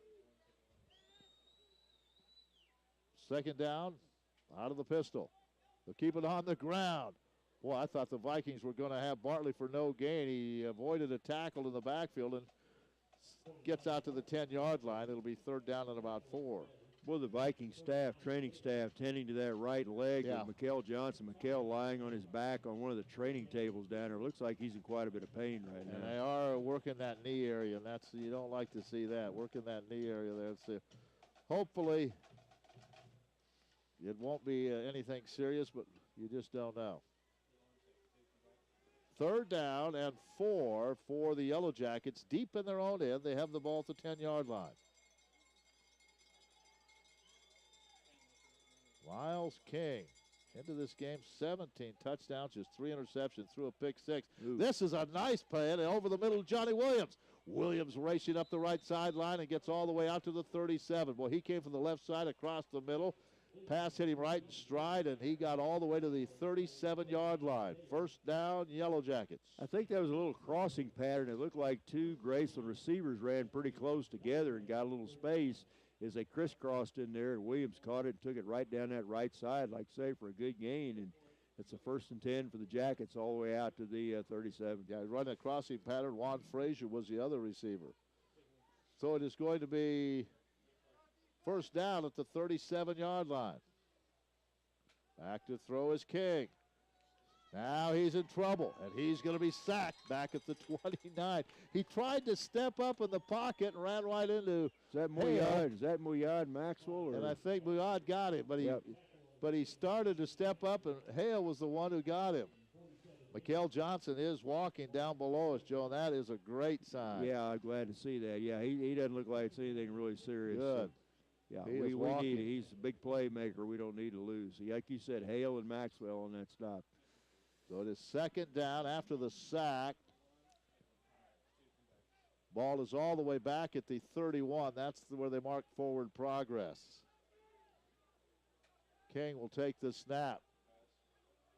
Throws to the sideline. It is caught across the 40, the 41. On his knees, Deontay Brown in front of his own bench. And that makes up a 3rd and manageable 6 yards to go. Jonathan battled Kobe low in double coverage, but a nice throw that time by quarterback King to find his receiver there on the sideline, Brown. So that's going to be, like you said, 3rd and about 5 ball just across the 40 at the 42-yard line. Graceland in their own territory. It's all Valley. 8:36 to go. Vikes lead it 37-9. Well, the Vikes are going to win this thing, I would think, but the Yellow Jackets want to keep working, want to get that ball into the end zone. 3rd and 5, rushes on, and King's going down, another sack. And this may have been, was it Zach Nunn this That's time? his 2nd sack of the game. Zach got into that backfield, and again, Zach, the junior out of Willard, Missouri, caught King from behind and drug him down. So that's going to take Graceland out of makeable distance. They'll kick it away. Fuentes instead of Johnson, obviously, with Johnson with that bad right foot now, or leg. Johnson will be on the sideline. So Fuentes and Jarrell Davis back to receive this punt. Will come off the foot of Cody Thornton. Big plays in the first half, a big pass reception to Johnson, then the pick six, and then the kickoff return. Here's Fuentes, takes that punt. Flag is down. Fuentes across the 20, tripped up at the 23. Oh, Jarrell threw a good block. I hope they don't call that a block in the back. I thought Jarrell threw a good block to help spring Fuentes, but they did throw a flag in right about where the ball was caught. Let's see what the call is. Where they threw that flag, that's probably the call. But I thought Jarrell threw a good block. I might not. Okay, it could have been somebody else. They call holding. Michael Barnes. They called it on Michael Barnes. So it wasn't Jarrell. Jarrell threw a good block that time to help spring Ricky. Well, now the ball goes all the way back to the 11-yard line. 7:31 to go, 37-9. So Valley's in all likelihood going to win this football game. But well, what if Culver held on? They led Baker, would you say, 14-7 at halftime? And Culver, a team that came in here and played pretty well against the Vikings a couple of weeks ago. Yes, Baker had 4 turnovers in the first half, so we'll see how that one plays out in Baldwin City. That's good. First down for the Vikings after the penalty back at their own 11-yard line. Reyes wants to throw, gets it out to goes Dorton with a pass, and he gets it to Stenard. Stenard racing to the 40, to the 45. He puts it in another gear to the 30, to the 20, to the 10, to the 5. He dives. 90 yards, 88 yards. Oh, man, Zach Dorton just threw a little pass to Stenard. He makes the catch and uses that speed, and he takes it 89 yards for a touchdown. Has this been the day of the big play? Wow. He had a 100-yard missed field goal return, and now get an 89-yard short pass for a touchdown. He didn't throw that past 3 yards. And he runs, the rest of the way. So it's going to go down as an 89-yard pass reception and touchdown for Stenard. And as Zach Dorton gets older, he'll tell his grandkids, I lofted that ball. I threw it as probably in the air 55, 60 yards, and Stenard ran under it for a 89-yard touchdown. How about the senior from St. Louis throwing that pass and getting a touchdown pass by his name? Stenard's had a big game, 89 yards. And Dorian Stenard showed what an athlete he was. A great speed that time. He ran away from 3 or 4 different people en route to that touchdown. Boy, he did. He showed his speed in that open field. What a play. And the Vikings are now up 43-9. Wow. Kick by Morrill is up, and it is good. So the Vikes put 44 points on the board. They average about 35 a game. They're rolling right now. Still 7:14 to go on the Viking Sports Network. For welding or fabrication, call Ernie, Bob, and Homie. the muscle behind the madness at Heinzler Brothers in Marshall. These guys do it all. From a simple welding job to major repairs, call Ernie, Bob, and Homie. They may not be pretty, but they're witty and can design and make anything out of metal. Big or small, they weld it all. Steel to aluminum, drive lines to trailer hitches. If you need welding, call Ernie, Bob, and Homie. with Heinzler Brothers in Marshall, 886-7775. You need a diesel engine for one reason, power. So what good is it if it doesn't start? Randy Adams over at Marshall Diesel will set you up with an 1100 cranking amp battery. Randy's crew works on air, hydraulic, and electric brakes, truck or tractor. They do steel and aluminum welding with exhaust parts in stock, like mufflers, elbows, and pipe, including both 4 and 5-inch flex pipe. Open 8 to 5 weekdays till noon on Saturday to do your DOT inspections. Call Randy Adams at 886-8646. Marshall Diesel, 758 North Miami and Marshall. Credit cards welcome. See him at marshalldiesel.com. Here's Morrill's kick, very short, and this one will be returned by Juan Frazier. Up the middle, Frazier turns to the right side. He gets the sideline. Now Michael Barnes closes and gets him at the 30-yard line. Let's go back to Zach Dorton for a moment, Joe. Zach Dorton, a senior, not as much playing time probably as he would have liked. He stepped in last year when the Vikings, when Bruce Reyes went down with a broken leg.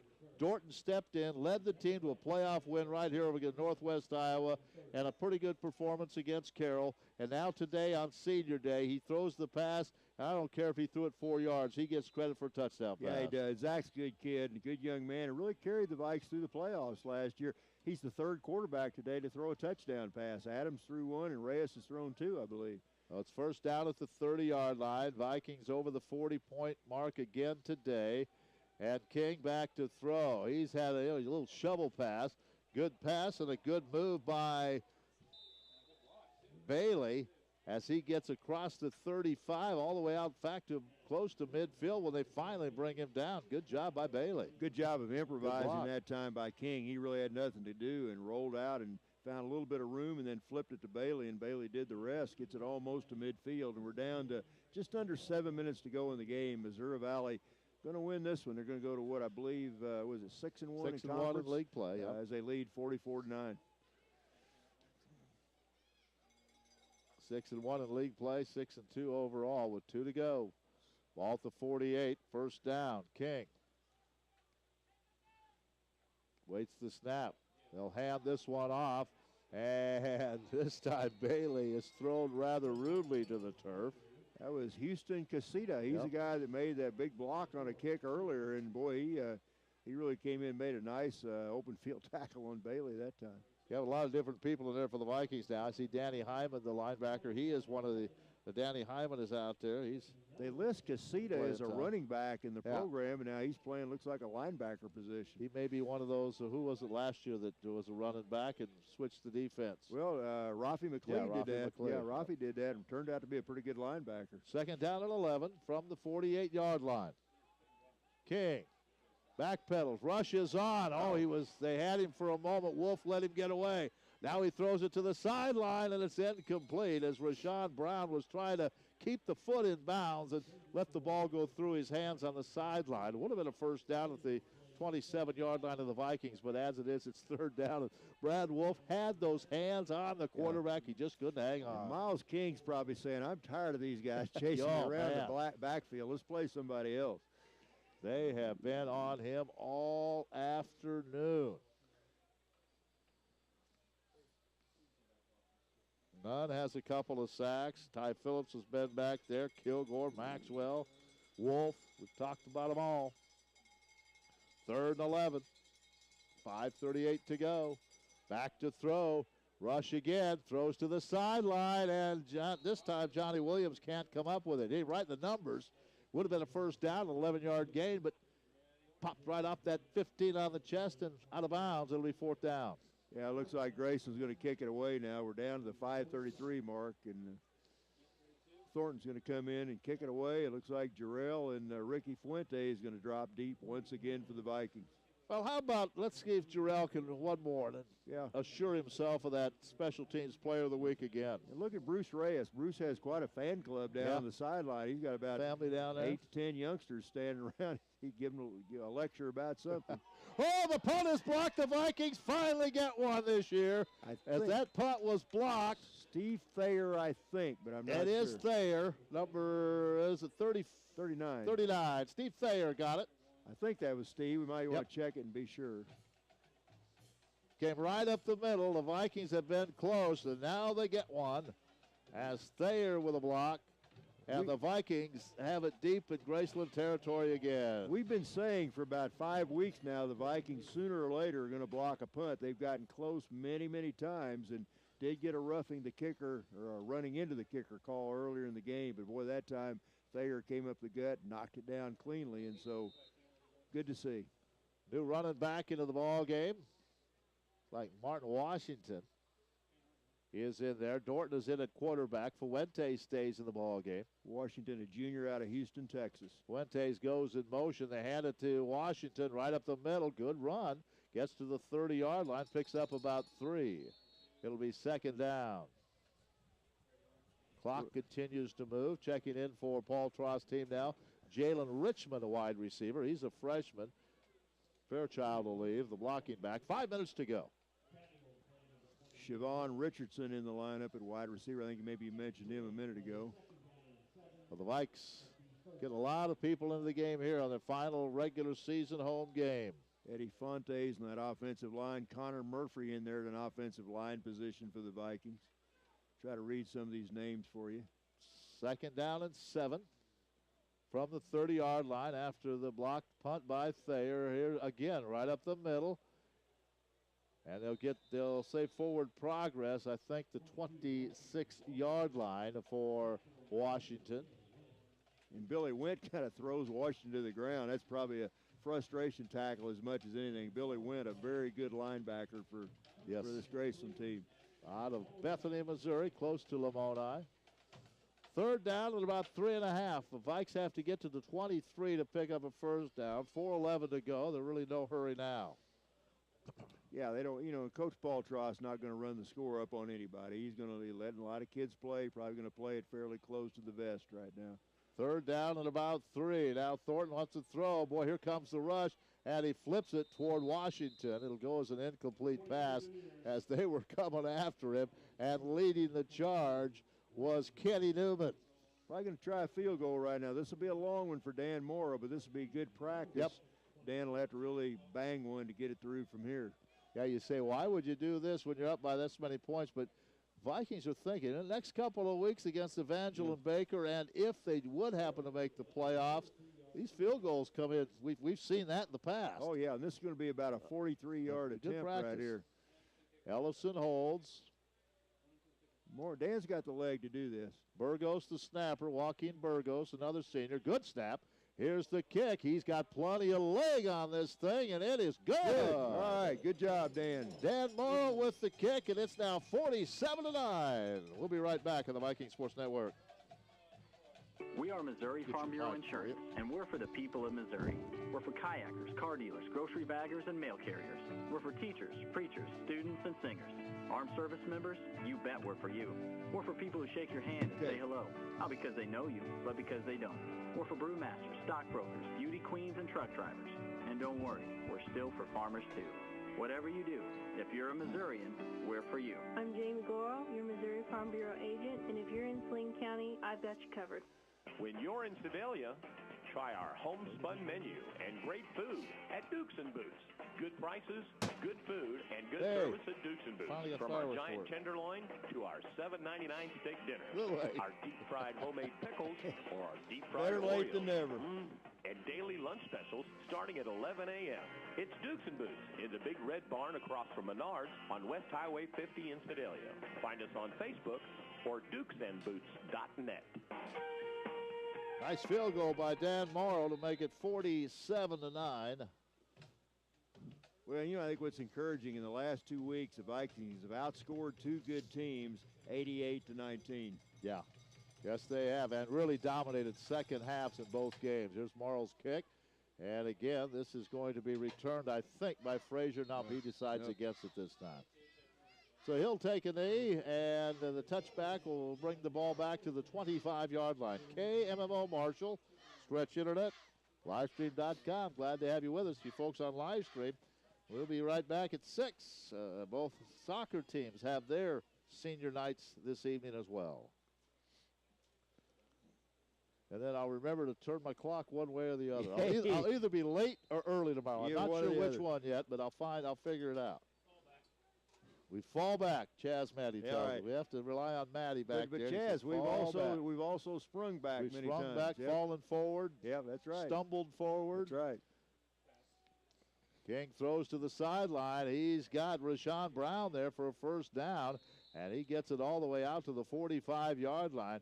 Yellow Jackets want to put some points on the board. The Vikings have a lot of new faces in there. I see also in there for the Vikings, Shipley, he plays some, but Kiefer's out there. Well, and tell you, 2 key stats of the game. Number one, 4 or 5 huge plays by the Vikings, but maybe even more important, 5 or 6 trips by Graceland deep into Viking territory and no touchdowns.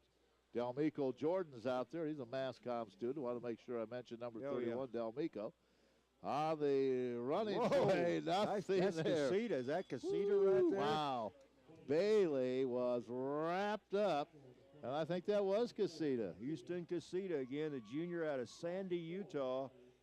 They list him at a running back, but he's playing a linebacker right now, a 222-pounder. And, he's wearing Rafi McLee's number. Rafi made that switch here a couple years ago, and Casita's got Rafi's old number on. Oh. Boy, he tossed him to the turf, and it's going to be second down. That was a loss of 4. Graceland's about to say, let's head north. Yeah, let's get out of here. 41-yard. It may be snowing in Lamoni. I don't know. It usually is when we go up Back there. to King over the middle. It's caught at the Viking 44-yard line. Very close to a first down, and that, again, is Rashawn Brown. Linebacker Kiefer Schiffley out of Drexel there to make that hit on Brown after he made the catch. 2:29. Clock stops as they move the change. This Viking defense would like to stop the scoring right here for the Yellow Jackets.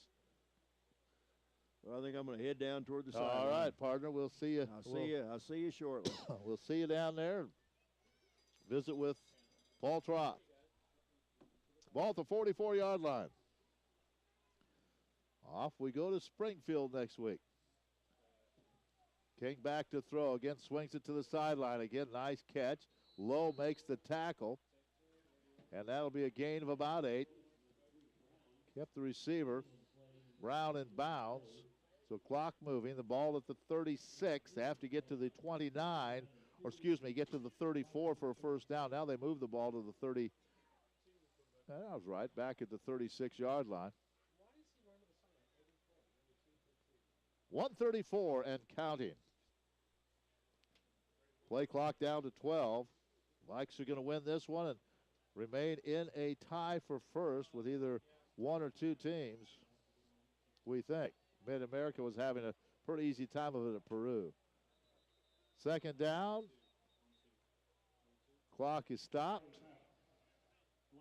Another delay of game penalty. That's the third or fourth delay of game penalty. Third delay of game penalty on the Yellow Jackets this afternoon. Boy, you just don't see that.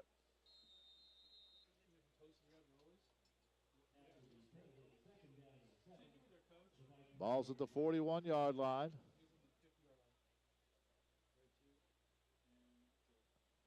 Second down, and let's call it 7. A minute to go.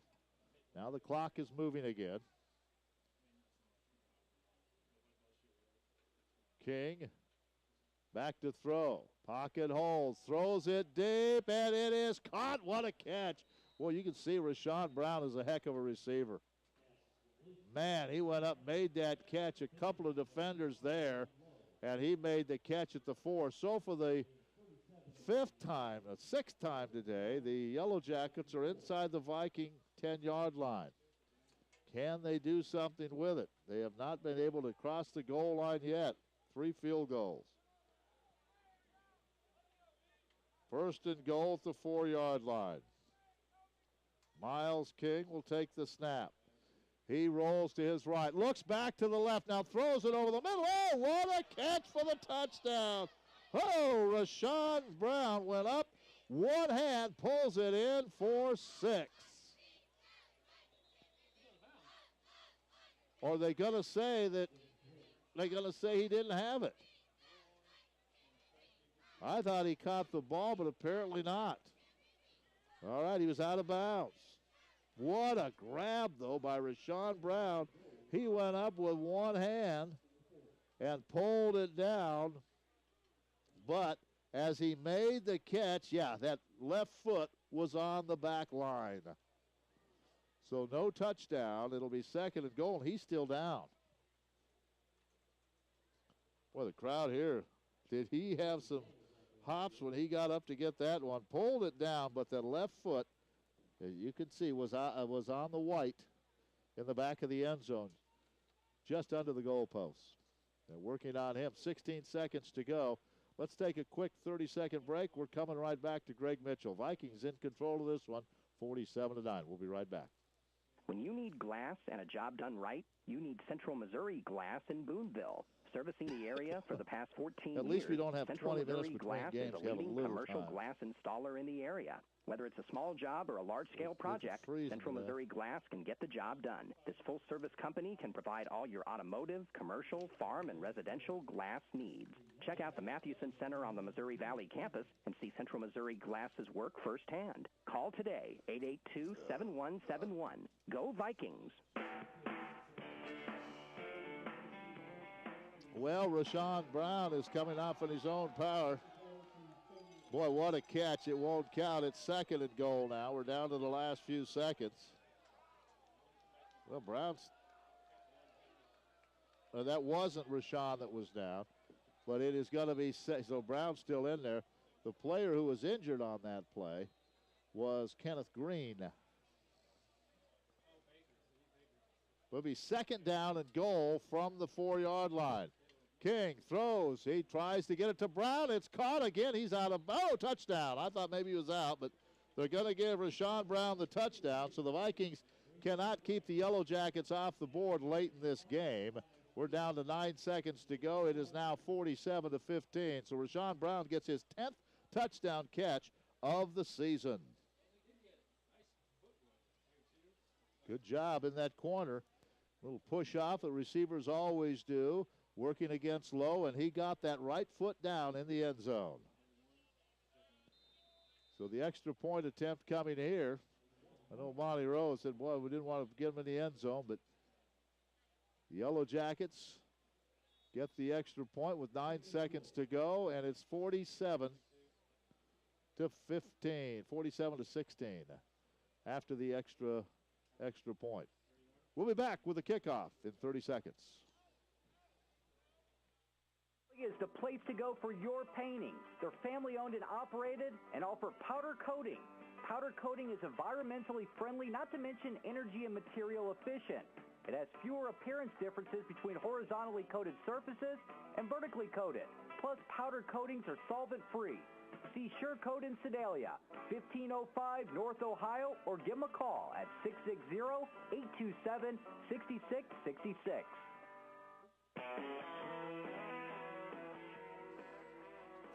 Well, the Vikings will go to Springfield, to Evangel next week, and then on to Baker to wrap up the regular season.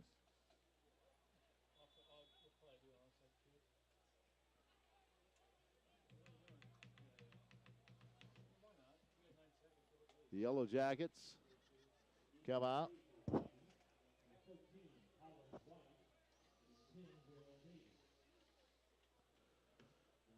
To kick this one off.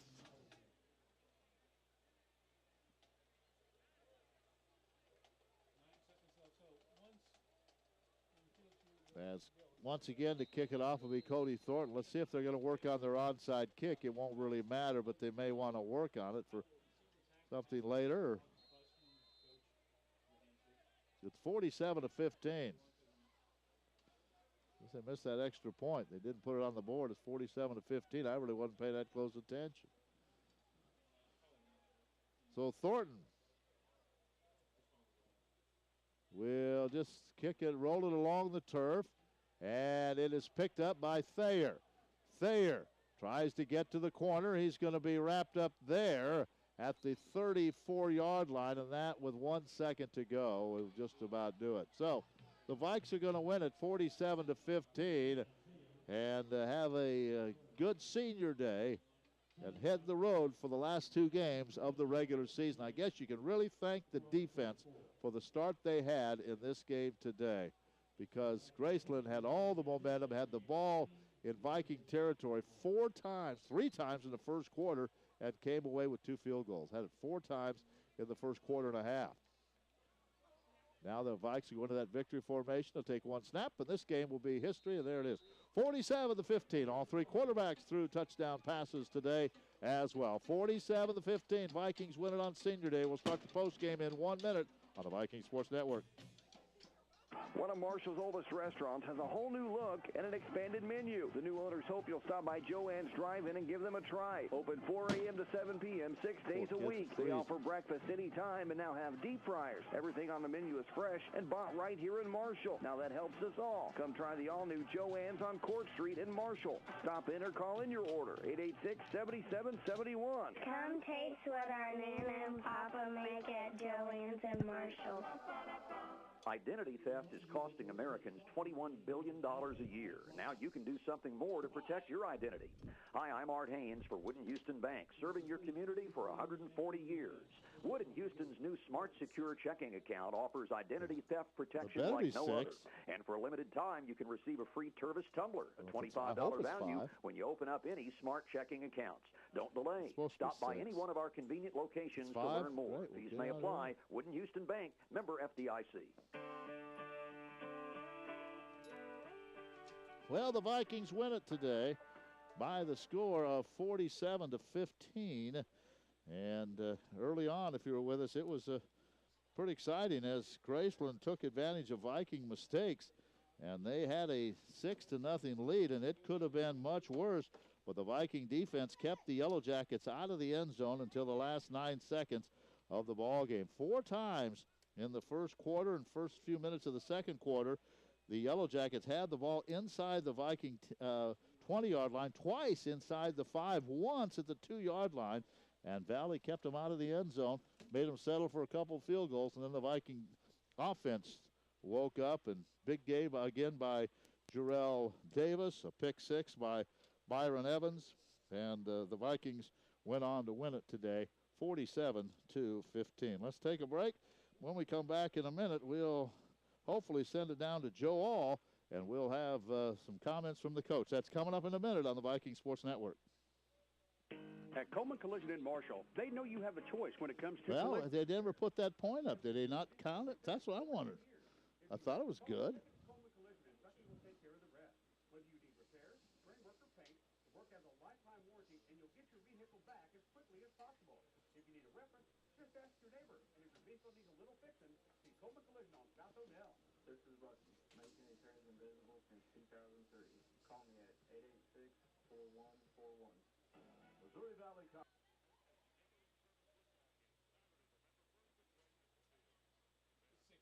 Yeah, they just didn't put it up. The game and additional giveaways inside the stadium. Don't miss the action as the nationally ranked Vikings take on Graceland University at 1:30 in the final home game of the regular season. That's free admission for all to catch the Missouri Valley football game Saturday, November 1st during the Together in Service game, sponsored by Wood and Houston Bank.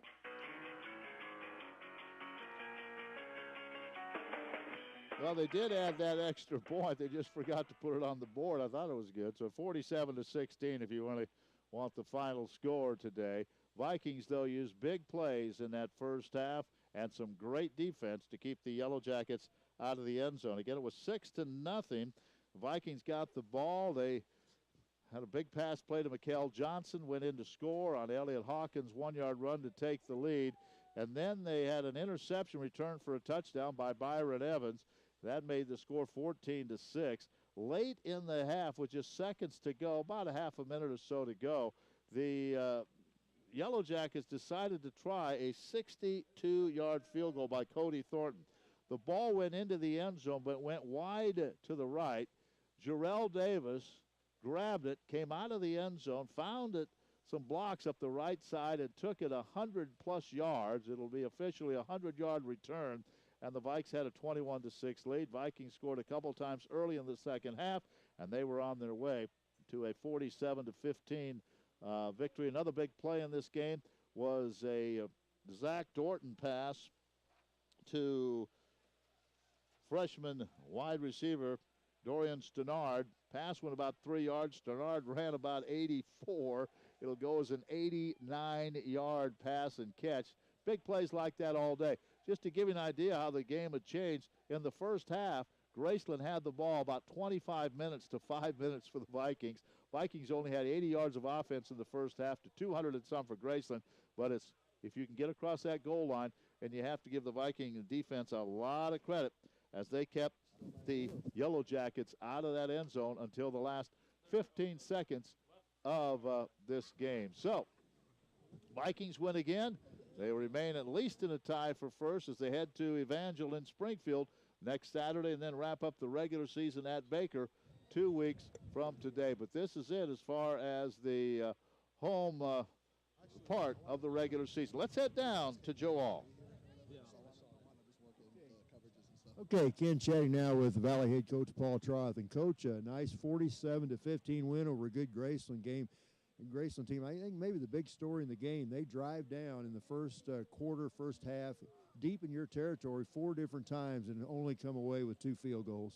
Yeah, I thought our defense really stiffened up down there, and to hold them to just 6 points, we were a little bit fortunate. We got a turnover down there, so definitely bend but don't break, and defense was on the field too long in the first half, and we go into halftime and we'd only had 11 offensive snaps and we're ahead, and I don't think I've ever been in a game like that. So wasn't pleased that we weren't more consistent, but we've got some things to work on to make sure we stay on the field. But certainly second half, all three phases play better. And what a day of the big play. You get that pick six by Byron Evans, that 100-yard missed field goal return by Jarrell Davis, then that 89-yard pass play from Zach Dorton to Dorian Stannard. Well, those first two things were the reason we were up at halftime, certainly, because, like I said, we weren't getting many offensive snaps, but when defense gets a score, and then I thought that that field goal return by Jarrell was a huge play. The momentum, you could just kind of see the wind go out of them with that, and it's nice, you got to have all three phases being able to make big plays, and we certainly had that today.